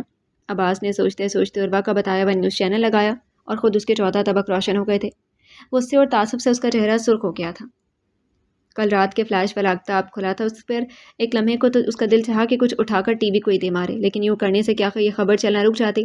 اس جیسے عزت و کردار پر جان دینے والے انسان کے لیے یوں اس طرح سے اپنے ہی وقار اور کردار کی دھجیاں بکھیرتے دیکھنا بہت مشکل تھا۔ ابھی وہ اپنا آئندہ کا لاہے عمل بھی سوچ نہ پایا تھا کہ اسفند کی کال آ گئی۔ کہاں ہو عباس؟ گھر پر ہی ہوں اسفند یار کے استفسار پر اس نے جواب دیا۔ چلو ٹھیک ہے، پھر میں تمہارے گھر پر ہی آ جاتا ہوں، اسفند نے کہہ کر کال ڈسکنیکٹ کر دی اور تھوڑی دیر بعد وہ اس کے کمرے میں موجود تھا۔ ابا کو شوکاز بھی مل چکا ہے کہ وضاحت دیں اور وہ مجھ پر چڑھ دوڑے ہیں کہ تم اور عباس دونوں الو کے پٹھے ہو، بغیر کسی رشتہ داری کے خواہ کی ہمدردی جتانا کتنا مہنگا پڑا ہے، اب بھگتو اس سب کو۔ اسفند کی بات پر عباس کا رنگ پھیکا پڑ گیا تھا۔ کتنی بڑی غلطی ہو گئی ہم سے، اور کچھ نہیں تو رپورٹ ہی درج کروا دیتے تو اور تحفظ کے خیال سے یہاں رکوانے کا بہانہ مل جاتا۔ عباس کے کہنے پر اسفند نے بغور اسے دیکھا۔ یہی تو ابا کہہ رہے ہیں کہ تم لوگوں سے پولیس ڈپارٹمنٹ میں ہوتے ہوئے بھی اس بے وقوفی کی امید ہرگز نہ تھی، اور بقول ابا اب اس کا صرف ایک ہی حل ہے۔ وہ کیا؟ عباس فوراً بول اٹھا۔ تم اسوا سے نکاح کر لو۔ اسفند نے گویا دھماکہ کیا تھا تو عباس حیدر بیٹھے سے فوراً اٹھ کھڑا ہو گیا۔ دماغ تو ٹھیک ہے تمہارا، یہ بھلا کس طرح ممکن ہے؟ ایک تو وہ مجھ سے اتنی چھوٹی عمر میں اور دوسرے میری منگنی ہو چکی ہے۔ عباس کی بات پر اسفند نے گہری سانس بھری۔ عباس ٹھنڈے دماغ سے سوچو، تو اس کا صرف یہی حل ہے، دوسری صورت میں تم، میں اور عروہ تو رگیتی جائیں گے۔ عروہ کے ابا اور میرے ابا خواہ زد میں آئیں گے۔ پولیس ڈپارٹمنٹ ہو یا بیوروکریسی، تمہیں اچھی طرح سے پتہ ہے کہ یہاں ہر کوئی دوسرے کی ٹانگ کھینچتا ہے۔ ایسے میں اتنے گھٹیا الزامات کے بعد ہم اپنی پیٹیاں تو اتروائیں گے ہی، ساتھ میں ان کے لیے بھی مصیبت کھڑی کر دیں گے۔ اور رہی اسوا، تو اس کا بھی تو سوچو نا یار، وہ بیچاری اس بدنامی کے بعد کہاں قابل قبول رہے گی کسی اور مرد کے لیے۔ اسفند کے کہنے پر عباس گمسم کھڑا رہا۔ اس نے بولنے کے لیے الفاظ ڈھونڈنا چاہے لیکن وہ تو جیسے گم ہو گئے۔ عباس، یہ سب کیا ہے؟ اب یہ بھی تمہارے ماموں کا فون آیا؟ ہادیہ نے رو رو کر آسمان سر پر اٹھا لیا اور اس رشتے سے بھی انکار کر دیا۔ میرا دل نہیں مانتا عباس، مجھے سچ بتاؤ ورنہ میرے دماغ کی نس پھٹ جائے گی۔ بے تحاشا بہتے آنسوؤں کے ساتھ زاہدہ بیگم دروازے کے بیچوں بیچ کھڑی سراپا احتجاج تھی۔ امی، وہ لڑکی اسوا ہے، عباس نے دھیمے لہجے میں کہا۔ ہادیہ اور ماموں کی بے اعتباری نے گویا اسے مار ہی تو دیا تھا، اور اس سے پہلے کہ جان سے پیاری ماں بھی بے اعتبار ہوتی وہ فوراً بولا تھا، اور اس کے کہنے پر زاہدہ بیگم حیران رہ گئی تھی۔ میرے خدا، لوگ کیسے کیسے رنگ دیتے ہیں باتوں کو۔ وہ بیچاری معصوم بچی، اس نے کسی کا کیا بگاڑا تھا جو یوں اس طرح سے اسے تماشا بنا دیا؟ میں ابھی جا کر تمہارے ماموں کو ساری حقیقت بتاتی ہوں۔ زاہدہ بیگم واپسی کے لیے مڑی۔ نہیں امی، مجھے اپنی بے گناہی کے اشتہار نہیں لگوانے۔ جنہیں ایک عمر میرے ساتھ بتا کر بھی میرے کردار کی پاکیزگی پر شک ہے، وہ مدتوں بھی یوں ہی بے اعتبار رہیں گے، اور مجھے اپنے رشتے کی بنیاد اتنے بودے جذبات پر نہیں رکھنی۔ اچھا ہوا انہوں نے خود انکار کر دیا، ورنہ اگر ہمیں کرنا پڑتا تو آپ کو خواہ شرمندگی اٹھانا پڑتی۔ عباس کی بات پر زاہدہ بیگم ناسمجھی کے عالم میں انہیں دیکھنے لگی تو اسفند نے انہیں تمام صورتحال سے آگاہ کیا۔ اب اس کا واحد حل عباس کو اسوا سے نکاح کر لینا ہے آنٹی۔ اسفند کی بات پر زاہدہ بیگم پتھرائی سی کھڑی رہ گئی تھی۔ بیٹے کو سلاخوں کے پیچھے دیکھنے کی ان میں ہمت نہ تھی، اور اس کی بے گناہی اور پاکیزگی کی کوئی گواہی ان کے پاس نہ تھی، اور کوئی راہ فرار نہ پا کر وہ نیم رضامندی کی کیفیت میں سر ہلاتی پاس رکھے صوفے پر بیٹھ گئی۔ ٹھیک ہے، جو تم لوگ مناسب سمجھو، لیکن اسوا کے والدین؟ وہ لوگ گھنٹہ بھر پہلے اپنے گھر واپس آ چکے ہیں۔ سامنے دیوار کو دیکھتے عباس نے بتایا تو زاہدہ بیگم فوراً اٹھ کھڑی ہوئی۔ تو مجھے ان کے گھر لے چلو، میں خود انہیں ساری بات بتا کر سمجھانے کی کوشش کروں گی، کیونکہ بہرحال آخری فیصلہ تو انہی کا ہوگا نا۔ ان کی بات پر عباس سر ہلاتا اٹھ کھڑا ہوا تو اسفند نے بھی اس کی پیروی کی اور اس میٹنگ کے ٹھیک 1 گھنٹے بعد عباس حیدر کا نکاح ام عصبہ سے کر دیا گیا تھا۔ 1 ماہ پہلے کی تاریخ ڈال کر اور ٹھیک آدھے گھنٹے بعد عروا، عباس اور اسفندیار نے پریس کانفرنس کے ذریعے یہ ثابت کر دیا کہ ان پر لگائے گئے الزامات بے بنیاد تھے۔ اسفندیار اور عروا کی منگنی کی تقریب میں بڑے بڑے بیوروکریٹس اور پولیس کے اعلیٰ افسران شامل تھے، سو ان کی منگنی کے گواہ کافی تھے، جبکہ عباس حیدر اور ام عصبہ کے کردار کی گواہی ان کے نکاح نامے نے دی۔ ایسے میں فواد خان نے سارا ملبہ مشہود رضا پر ڈالتے معافی مانگ لی تھی اور مشہود رضا دفتری خرچے پر 15 دن کے لیے سنگاپور چھٹیاں منانے چلا گیا۔ یہ آف دی ریکارڈ تھا، کیونکہ آن دی ریکارڈ مشہود رضا کو نوکری سے برخاست کر دیا گیا تھا۔ 15 دن بعد معاملہ ٹھنڈا ہو جاتا تو مشہود رضا بھی نئے سرے سے تازہ دم ہو کر کسی اور خبر کی تلاش میں سرگرم ہو جاتا، کیونکہ موجودہ پاکستانی میڈیا یوں ہی سوچے سمجھے بغیر ہر کسی کی ذات کے بقیے ادھیڑنے میں مصروف تھا۔ شام کی دھندلک ہر طرف پھیلے تو کھڑکی کے کھلے پٹ سے اندر آتی ہوئی ہوا بار بار ام عصبہ کے چہرے پر بکھری بالوں کی لٹیں بکھرا جاتی اور وہ ایک ہاتھ سے انہیں کان کے پیچھے اڑستی حیرت زدہ سی وہیں کب سے کھڑکی میں کھڑی تھی۔ اسے یقین ہی نہیں آ رہا تھا کہ امی اور بابا کے ملنے کے ساتھ ساتھ اس عباس حیدر بھی بلا شرکت غیرہ مل چکا تھا۔ کیا دل میں چھپی خواہشیں یوں ہی تعبیر کا روپ دھارتی ہیں؟ سرسراتی ہوا سے گویا اس نے سوال کیا تھا اور اس کے جواب پر ایک نم جھونکا شرارت سے اس کے چہرے سے ٹکراتے بوگن ویلیا کی کئی پھول بھی اس پر نچھاور کرتی ہوا نے گویا اس کے سوال کا مثبت انداز میں جواب دیا تھا۔ ہوا کی گدگداتی شرارت نے بے ساختہ اس کے لبوں پر مسکراہٹ بکھیر دی تھی۔ اس وقت مبارک ہو، رمضان کا چاند نظر آ گیا۔ خدیجہ بیگم نے اندر داخل ہوتے ہوئے اطلاع دی تھی اور آگے بڑھ کر اسفا کو گلے سے لگا کر اس کا ماتھا چوم لیا۔ میری بیٹی کے لیے کتنا بابرکت ثابت ہوا ہے مہینہ، اللہ نے اتنا قابل اور خوبصورت شخص اس کا مقدر بنایا ہے۔ اسفا کو ساتھ لگائے وہ بیڈ تک چلی آئیں اور ہاتھ تھام کر اسے سامنے بٹھا لیا۔ تم خوش ہو نا اسفا؟ عباس تمہیں اچھا لگا نا؟ خدیجہ بیگم نے انجانے خدشے کے تحت پوچھا تھا۔ جس بیٹی کی خوشیوں کے لیے ان میاں بیوی نے اتنی تکلیفیں سہی تھیں، وہ اگر اب بھی ناخوش رہتی تو ان کی اتنی جدوجہد بیکار تھی۔ ام عصبہ نے ان کی بات کا جواب دینے کی بجائے دھیمی مسکراہٹ کے ساتھ شرما کر سر جھکا لیا تو خدیجہ بیگم بے ساختہ ہنس پڑیں۔ اللہ تمہیں سدا خوش رکھے میری بچی، تمہارے بابا کہہ رہے تھے کہ عید تک کوشش کر کے وہ ہمارا ویزا لگوا دیں گے۔ میرا دل اب یہاں نہیں لگتا اس پر، مجھے ڈر لگتا ہے کہ کہیں تمہارے تایا کچھ کر آنا دے۔ ارے واہ بیگم صاحبہ، ایک پولیس آفیسر کی ساس بن کر بھی آپ یوں ڈر رہی ہیں؟ پھر تو بات ہی ختم ہو گئی۔ موت برحق ہے اور اس کو کوئی ٹال نہیں سکتا۔ آپ اللہ پر بھروسہ رکھیں، وہ انشاءاللہ ہماری مدد کرے گا، سمجھی؟ اندر داخل ہوتے احمد حسن نے خدیجہ بیگم کی آخری بات سن لی تھی۔ جب ہی مسکراتے ہوئے کہا تو اس وقت کھلکھلا کر ہنس پڑی اور اٹھ کر احمد حسن کے گلے میں جھول گئی۔ بالکل امی بابا ٹھیک کہتے ہیں اور مجھے کہیں نہیں جانا، یہیں رہنا ہے اور ڈاکٹر بننا ہے، سمجھی آپ؟ اسفا نے محبت بھری دھون سے جواب دیا تھا۔ یہ تو بس عباس پر منحصر ہے کہ وہ تمہیں ڈاکٹر بناتا ہے یا ہاؤس وائف۔ خدیجہ نے اسے چھیڑا تو ایک پل کو اسفا منہ بسور کر رہ گئی، کیونکہ وہ بھی حقیقتاً عباس کے فیصلے کی ہی منتظر تھی۔ پھر فیصلہ جو بھی ہوتا اس نے منو من مان لینا تھا بغیر کسی رد و قط کے۔ اس کے انداز پر خدیجہ بیگم اور احمد حسن دونوں ہنس پڑے تھے۔ میں خود اپنی بیٹی کی سفارش کروں گا عباس سے اور یقیناً وہ مان لے گا، احمد حسن نے اسفا کو بازو کے گھیرے میں لے کر کہا تو اسفا چیخ اٹھی، او بابا یو آر گریٹ۔ ان کے گال پر بوسہ دیتے وہ کھلکھلا کر ہنستی چلی گئی۔ ماہا اب اٹھ بھی جاؤ، ماما بلا رہی ہیں، افطار کی تیاری کرواؤ جا کر ان کے ساتھ۔ عباس نے ماہا کا کندھا ہلا کر اٹھاتے ہوئے کہا۔ وہ ظہر کی نماز پڑھ کر سوئی تھی اور اب عصر بھی ہو چکی تھی، لیکن ماہا کا اٹھنے کا کوئی موڈ نہیں تھا۔ اف ماہا تم کب بڑی ہوگی؟ گھنٹے بھر سے کھپ رہا ہوں تمہارے ساتھ، لیکن ایک تم ہو کہ ٹس سے مس نہیں ہو رہی۔ بالآخر عباس کا ضبط جواب دے کیا تھا، کیا ہے نا بھائی، اب تانوں پر کیوں اتر آئے ہیں؟ ویسے آپ کی اطلاع کے لیے عرض ہے کہ آپ کی بیگم مردوں سے شرٹ باندھ کر سوتی ہیں۔ ماہا اٹھ کر بیٹھتے ہوئے بولی تو عباس نے جو اسے اٹھتا دیکھ کر باہر نکلنے لگا تھا اس کی بات سن کر واپس پلٹا۔ نہیں ایسا نہیں ہو سکتا، تم مذاق کر رہی ہو نا؟ بے ساختگی میں وہ بول گیا تھا اور اس کے اس طرح بے ربط بولنے پر ماہا بے تحاشا ہنسے گئی۔ عباس کو دیر تلک سونے سے چڑ تھی اور خود تو اس کا وہ مشکل 6-7 گھنٹے کی نیند لیتا تھا، لیکن اس کا مسئلہ یہ تھا کہ وہ چاہتا تھا کہ اس کے ساتھ واقعی بھی اتنا ہی سحر خیز ہوں جتنا کہ وہ خود، جبکہ ماہا کی نیند 10 گھنٹے سے پہلے پوری نہیں ہوتی تھی، اور اگر اب ماہا کی بات ٹھیک تھی تو اس کا مطلب تھا کہ اسفا اس سے بھی زیادہ سوتی تھی، یعنی آدھا وقت تو وہ سونے میں ہی ضائع کر دے۔ کہ عباس نے ماہا کی طرف دیکھتے ہوئے کہا، سو تو ہے لیکن اب کیا کیا جا سکتا ہے، آپ کی بیگم ہے، جیسے بھی ہے نبھانی تو پڑے گی۔ ویسے میری ساری ہمدردیاں آپ کے ساتھ ہیں، ماہا نے مصنوعی افسردگی سے کہا تھا، لیکن عباس اس کے لہجے میں شرارت کا بعید پا چکا تھا۔ جبھی مصنوعی خفگی سے ماہا کو گھورا، ماہا، اس کے چلانے پر ماہا نے ایک پل کو اسے جواباً گھورا اور پھر کھلکھلا کر ہنس پڑی۔ جلدی سے آ جا، ماما ناراض ہو رہی ہوں گی ورنہ۔ عباس کہتا باہر کی طرف لپکا تو ماہا بھی اس کے ساتھ ہولی۔ کیا فائدہ بھائی آپ کی شادی کا، ابھی بھی مجھے ہی کام کرنے پڑ رہے ہیں، نہ نندوں والا روپ دکھا سکتی ہوں اور نہ ہی بھابھی سے فرمائشی کھانے پکوا سکتی ہوں، کیونکہ وہ محترمہ بھی میری طرح کچن کے الف بے سے ناواقف ہیں۔ ماہا کے تعصب زدہ لہجے پر نے عباس کو مسکرانے پر مجبور کر دیا تھا۔ عباس کل اگر فارغ ہو تو ہمارے ساتھ مارکیٹ چلنا، اسفا کے لیے عید کی شاپنگ کرنی ہے۔ خدیجہ بیگم بولتی ہوئی کچن سے باہر آ گئی۔ خود بخود موضوع گفتگو چینج ہو گیا اور عباس سر ہلاتا ان کے پاس آ بیٹھا۔ ماما اسفا کو بھی ساتھ لے لیں گے، کیوں بھائی کیا خیال ہے؟ مہا نے شرارتی انداز میں کہا تو عباس نے کندھے اچکا دیے۔ مرضی ہے تمہاری، ویسے میں گاڑی بھجوا دوں گا۔ نہیں بھائی یہ فاؤل ہے، اب تو آپ کا نکاح بھی ہو چکا ہے، اب تو کوئی حرج نہیں ہے، مہا نے ٹھنکتے ہوئے کہا۔ مہا بچیوں کو اس طرح کا لہجہ اور باتیں زیب نہیں دیتی۔ زاہدہ بیگم نے مہا کو گھورکا۔ سوری ماما، مہا نے فوراً اچھے بچوں کی طرح سر جھکاتے ہوئے کہا اور کچن کی طرف بڑھ گئی۔ زاہدہ بیگم کی مزید ڈانٹ سننے سے بہتر تھا کہ وہ کچن میں جا کر کچھ بنا ہی لیتی۔ رمضان اپنی تمام تر رحمتیں اور برکتیں نچھاور کرتا کب رخصت ہونے لگا معلوم ہی نہ ہو سکا۔ تاک راتوں کو عبادت کرتی اسفا کو یوں لگا جیسے ابھی کل ہی تو پہلا روزہ تھا، اور اب آج اگر شوال کا چاند نظر آ جاتا تو یہ 29واں روزہ ہی آخری ہوتا۔ اس مقدس ماہ کی رخصت پر نہ چاہتے ہوئے بھی اس کی آنکھوں میں آنسو آ گئے تھے۔ نہ جانے اگلے سال کے پل یہ دن نصیب ہوں بھی یا نہیں۔ اپنی سوچوں میں گم وہ بیڈ پر نیم دراز تھی جب ملازمہ نے مہمانوں کے آنے کی اطلاع دی۔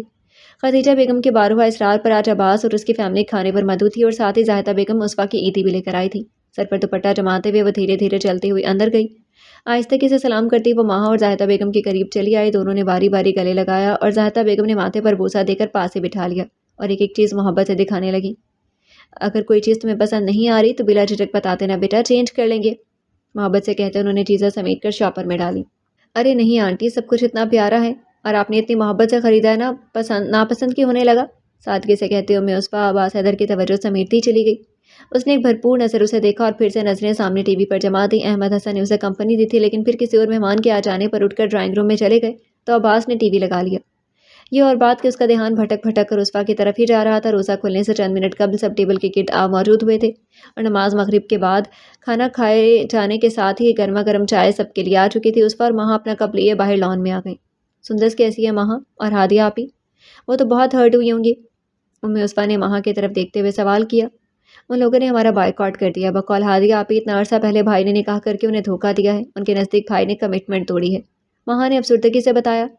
ویسے میں نے کبھی نہیں چاہا تھا کہ یوں ان کے درمیان آؤں گی، مگر حالات ہی ایسے ہو گئے کہ مجھے ہادیہ آپی پر بہت افسوس ہوتا ہے۔ ویسے تمہارے بھائی کو بھی تو وہ پسند تھے نا، ایسے نہیں میرا ساتھ؟ سنو مہا، اگر وہ بھی ہادیہ آپی کو پسند کرتے ہیں تو بے شک ان سے شادی کر لیں، میں ان کی خوشی کے لیے راضی ہو جاؤں گی، بس مجھے کبھی مت چھوڑیں۔ چائے کا کپ میز پر رکھتے دونوں ہاتھوں کی انگلیاں آپس میں پھنسائے اسفا نے اٹک اٹک کر کہا تھا، پاگل ہو تم جو یوں ان کے لیے پریشان ہو رہی ہو؟ انہوں نے تو اپنے خالصات کے لیے خالصات سے پچھلے ہفتے منگنی کر لی اور اب عید کے بعد ان کی شادی بھی ہے، اور مجھے نہیں لگتا کہ عباس بھائی کی کوئی جذباتی وابستگی تھی ان کے ساتھ، وہ تو ماں کے کہنے پر راضی ہوئے تھے ہادیہ آپی سے منگنی کے لیے۔ مہا نے اصل بات بتاتے اس کا دل کا بوجھ ہلکا کیا تھا۔ مہا تمہیں ماما اندر بلا رہی ہیں۔ عباس حیدر جو بھی کچھ دیر پہلے ہی باہر آیا تھا اس نے مہا سے کہا تو وہ اٹھ کر اندر کی طرف بڑھ گئی۔ میں اس لیے خود سے اتنی چھوٹی عمر کی لڑکی سے شادی کرنا ناپسند کرتا تھا، یعنی کہ حد ہے بے وقوفی کی، خود سے ہی اپنے اوپر سوکن لا کر بٹھانے کی بات کرنا۔ خفگی سے بھرپور لہجے میں عباس نے کہنے کے ساتھ اسفا کو گھورا تھا اور اسفا حق تک اسے دیکھی گئی۔ عباس اس کی باتیں سن لے گا تو ایسا تو اس نے نہیں سوچا تھا۔ وہ میں تو اس لیے کہہ رہی تھی کہ آپ کو ہادیہ آپی پسند تھی بہت، اسفا نے ہکلاتے ہوئے جواب دیا۔ پسند تو مجھے بپاشا باسو اور پامیلا اینڈرسن بھی بہت ہیں، اب لگے ہاتھ ان دونوں سے بھی شادی کی اجازت دے ہی دو تاکہ ایک ساتھ 4 اکٹھی کر لوں، عباس نے سنجیدگی سے کہا تو اسفا نہ چاہتے ہوئے بھی اسے دیکھی گئی۔ اب یوں کیوں گھور رہی ہو؟ صحیح تو کہہ رہا ہوں، جب ہم خود ہی اپنی جگہ چھوڑے ہیں تو دوسرا ہمارے حق کے لیے کیوں آواز بلند کرنے لگا؟ پاگل، خود کو مضبوط بناؤ، آخر کو اب ایس پی کی مسز ہو تم۔ بات کے اختتام پر عباس نے شرارتی انداز میں کہا تو اسفا نے شرماتے ہوئے سر جھکا لیا۔ میں یہ نہیں کہوں گا اسفا کہ مجھے تم سے پہلی نظر کی طوفانی محبت ہو گئی تھی، لیکن یہ حقیقت ہے کہ میں نکاح کے بعد سے تمہارے لیے اپنے دل میں نرم جذبات رکھنے لگا ہوں۔ ہادیہ سے منگنی امی کی خواہش تھی اور مجھے بھی اس میں کوئی برائی نظر نہیں آئی تھی، وہ پڑھی لکھی تھی، میچیور تھی اور سب سے بڑھ کر باکردار تھی، اور ایک مرد کو یہی خوبیاں اپنی بیوی میں چاہیے ہوتی ہیں۔ اگر آج حالات اس نہج تک نہ پہنچے ہوتے تو یقیناً ہادیہ کے ساتھ ایک اچھی زندگی گزارتا، لیکن نکاح کے بندھن نے میرے اور تمہارے دلوں کو ایک ساتھ دھڑکنا سکھا دیا۔ باوجود اس کے کہ ہمارے درمیان عمروں کا بہت فرق ہے، لیکن پھر بھی میں اسے نظر انداز کرنے کو تیار ہوں، کیونکہ اب تم مجھے اچھی لگنے لگی ہو۔ لیکن اگر تمہیں کوئی اعتراض؟ عباس کی بات ابھی ادھوری ہی تھی جب اسفا ایک دم اسے ٹوک گئی۔ نہیں تو؟ اس کی بے ساختگی نے جہاں اسے ایک دم سے چپ کروا لیا تھا وہیں عباس کو مسکرانے پر مجبور کر دیا تھا۔ جانتا تو میں تھا، لیکن تمہارے منہ سے سننا اچھا لگا۔ مجھے جو لڑکی میرے پاؤں کی آہٹ سے پہچان کر دروازہ کھول دیتی تھی وہ یقیناً اپنے دل میں میرے لیے خوبصورت خیالات ہی رکھتی تھی۔ کیوں، صحیح کہہ رہا ہوں نا میں؟ شرارتی انداز میں عباس نے پوچھا تو اسفا مسکرا کر رخ موڑ گئی۔ ویسے میرا خیال ہے کہ تم ابھی ذہنی طور پر کافی امیچور ہو، اس لیے تمہیں میڈیکل پڑھ ہی لینا چاہیے تاکہ میں بھی اپنی امیچور بیوی کے خواب کو پورا کر سکوں، عباس نے اسے بھرپور نگاہ سے دیکھتے ہوئے کہا۔ ہیں سچی؟ اسفا اچھلی تو پڑی۔ احمد حسن نے عباس تک اس کی خواہش پہنچائی تھی، وہ اس بات سے بے خبر تھی۔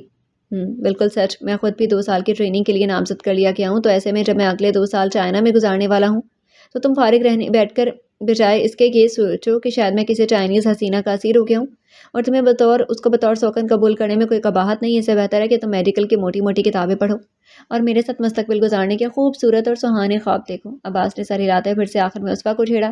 اسفا عباس بھائی چاند نظر آ گیا. کل عید ہوگی. ماہا دور سے ہی چلاتے ہوئی آئی تھی. اس بار عباس نے ایک پل اسے دیکھا تھا اور پھر سے ایک دوسرے کو دیکھتے ہوئے عید مبارک کہا تھا. دونوں اپنے ایک ساتھ بولنے پر خود ہی ہنس پڑی تھی اور ماہا عباس کے گلے میں جھولتی جوش و خروش سے اسے مہندی لگوانے کے لیے لے جانے پر اصرار کرنے لگی تھی. اچھا بابا چلو تم لوگوں کو مہندی لگوا لو. عباس نے ہاتھ اٹھاتے ہوئے کہا تو ماہا اندر بتانے بھاگی تھی.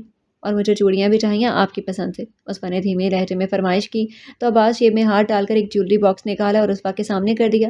یہ کیا؟ اسفا کے کہنے پر عباس نے ڈبیا کھول کر ایک خوبصورت بریسلٹ نکالا اور ہاتھ بڑھا کر اسفا کی کلائی میں پہنا دیا. تمہارے لیے نکاح کے گفٹ کے طور پر لیا تھا. اس وقت تو ایمرجنسی میں کچھ لے نہیں پایا تھا. اس کے ہاتھ کو ہونٹوں تک لے جاتے اس نے دھیمے سے کہا تھا اور اس کے لمس نے اسفا کو کانوں کی لو تک سرخ کر دیا تھا. عباس یکٹک اس کے سلونے روپ کو دیکھے گیا جب اسفا نے ہلکے سے ہاتھ چھڑوا لیا. بھائی صرف مہندی نہیں چوڑیاں بھی چاہیے. آپ کی بیگم کو بہت پسند ہے. مہارے سے بھاگتے ہوئے گئی تھی اسی طرح سے واپس آ گئی. نہیں اب صرف مہا چوڑیاں لے گی مجھے نہیں چاہیے. اسفا نے اپنا بریسلٹ والا ہاتھ مہا کے سامنے کرتے ہوئے کہا تو مہا فوراً بریسلٹ تھام کر دیکھنے لگی. واہ بھائی آپ تو چھپے رستم نکلے. بہت پیارا ہے بالکل آپ دونوں کی طرح. ماں نے خلوص دل سے کہتے اسفا کو گلے لگایا تو اسفا بھی تھینکس کہتی اس کے ساتھ لپٹ گئی. خوشیوں نے اس کے گھر کا راستہ دیکھ لیا تھا. محبت دھنک رنگ اوڑھ کر اس کے چار سو پھیل گئی تھی اور وہ پورے دل سے اپنے رب کا شکر ادا کرتی گاڑی کی طرف بڑھ گئی تھی کہ اب اس کی خوشیوں کے راستے میں کوئی رکاوٹ نہ تھی.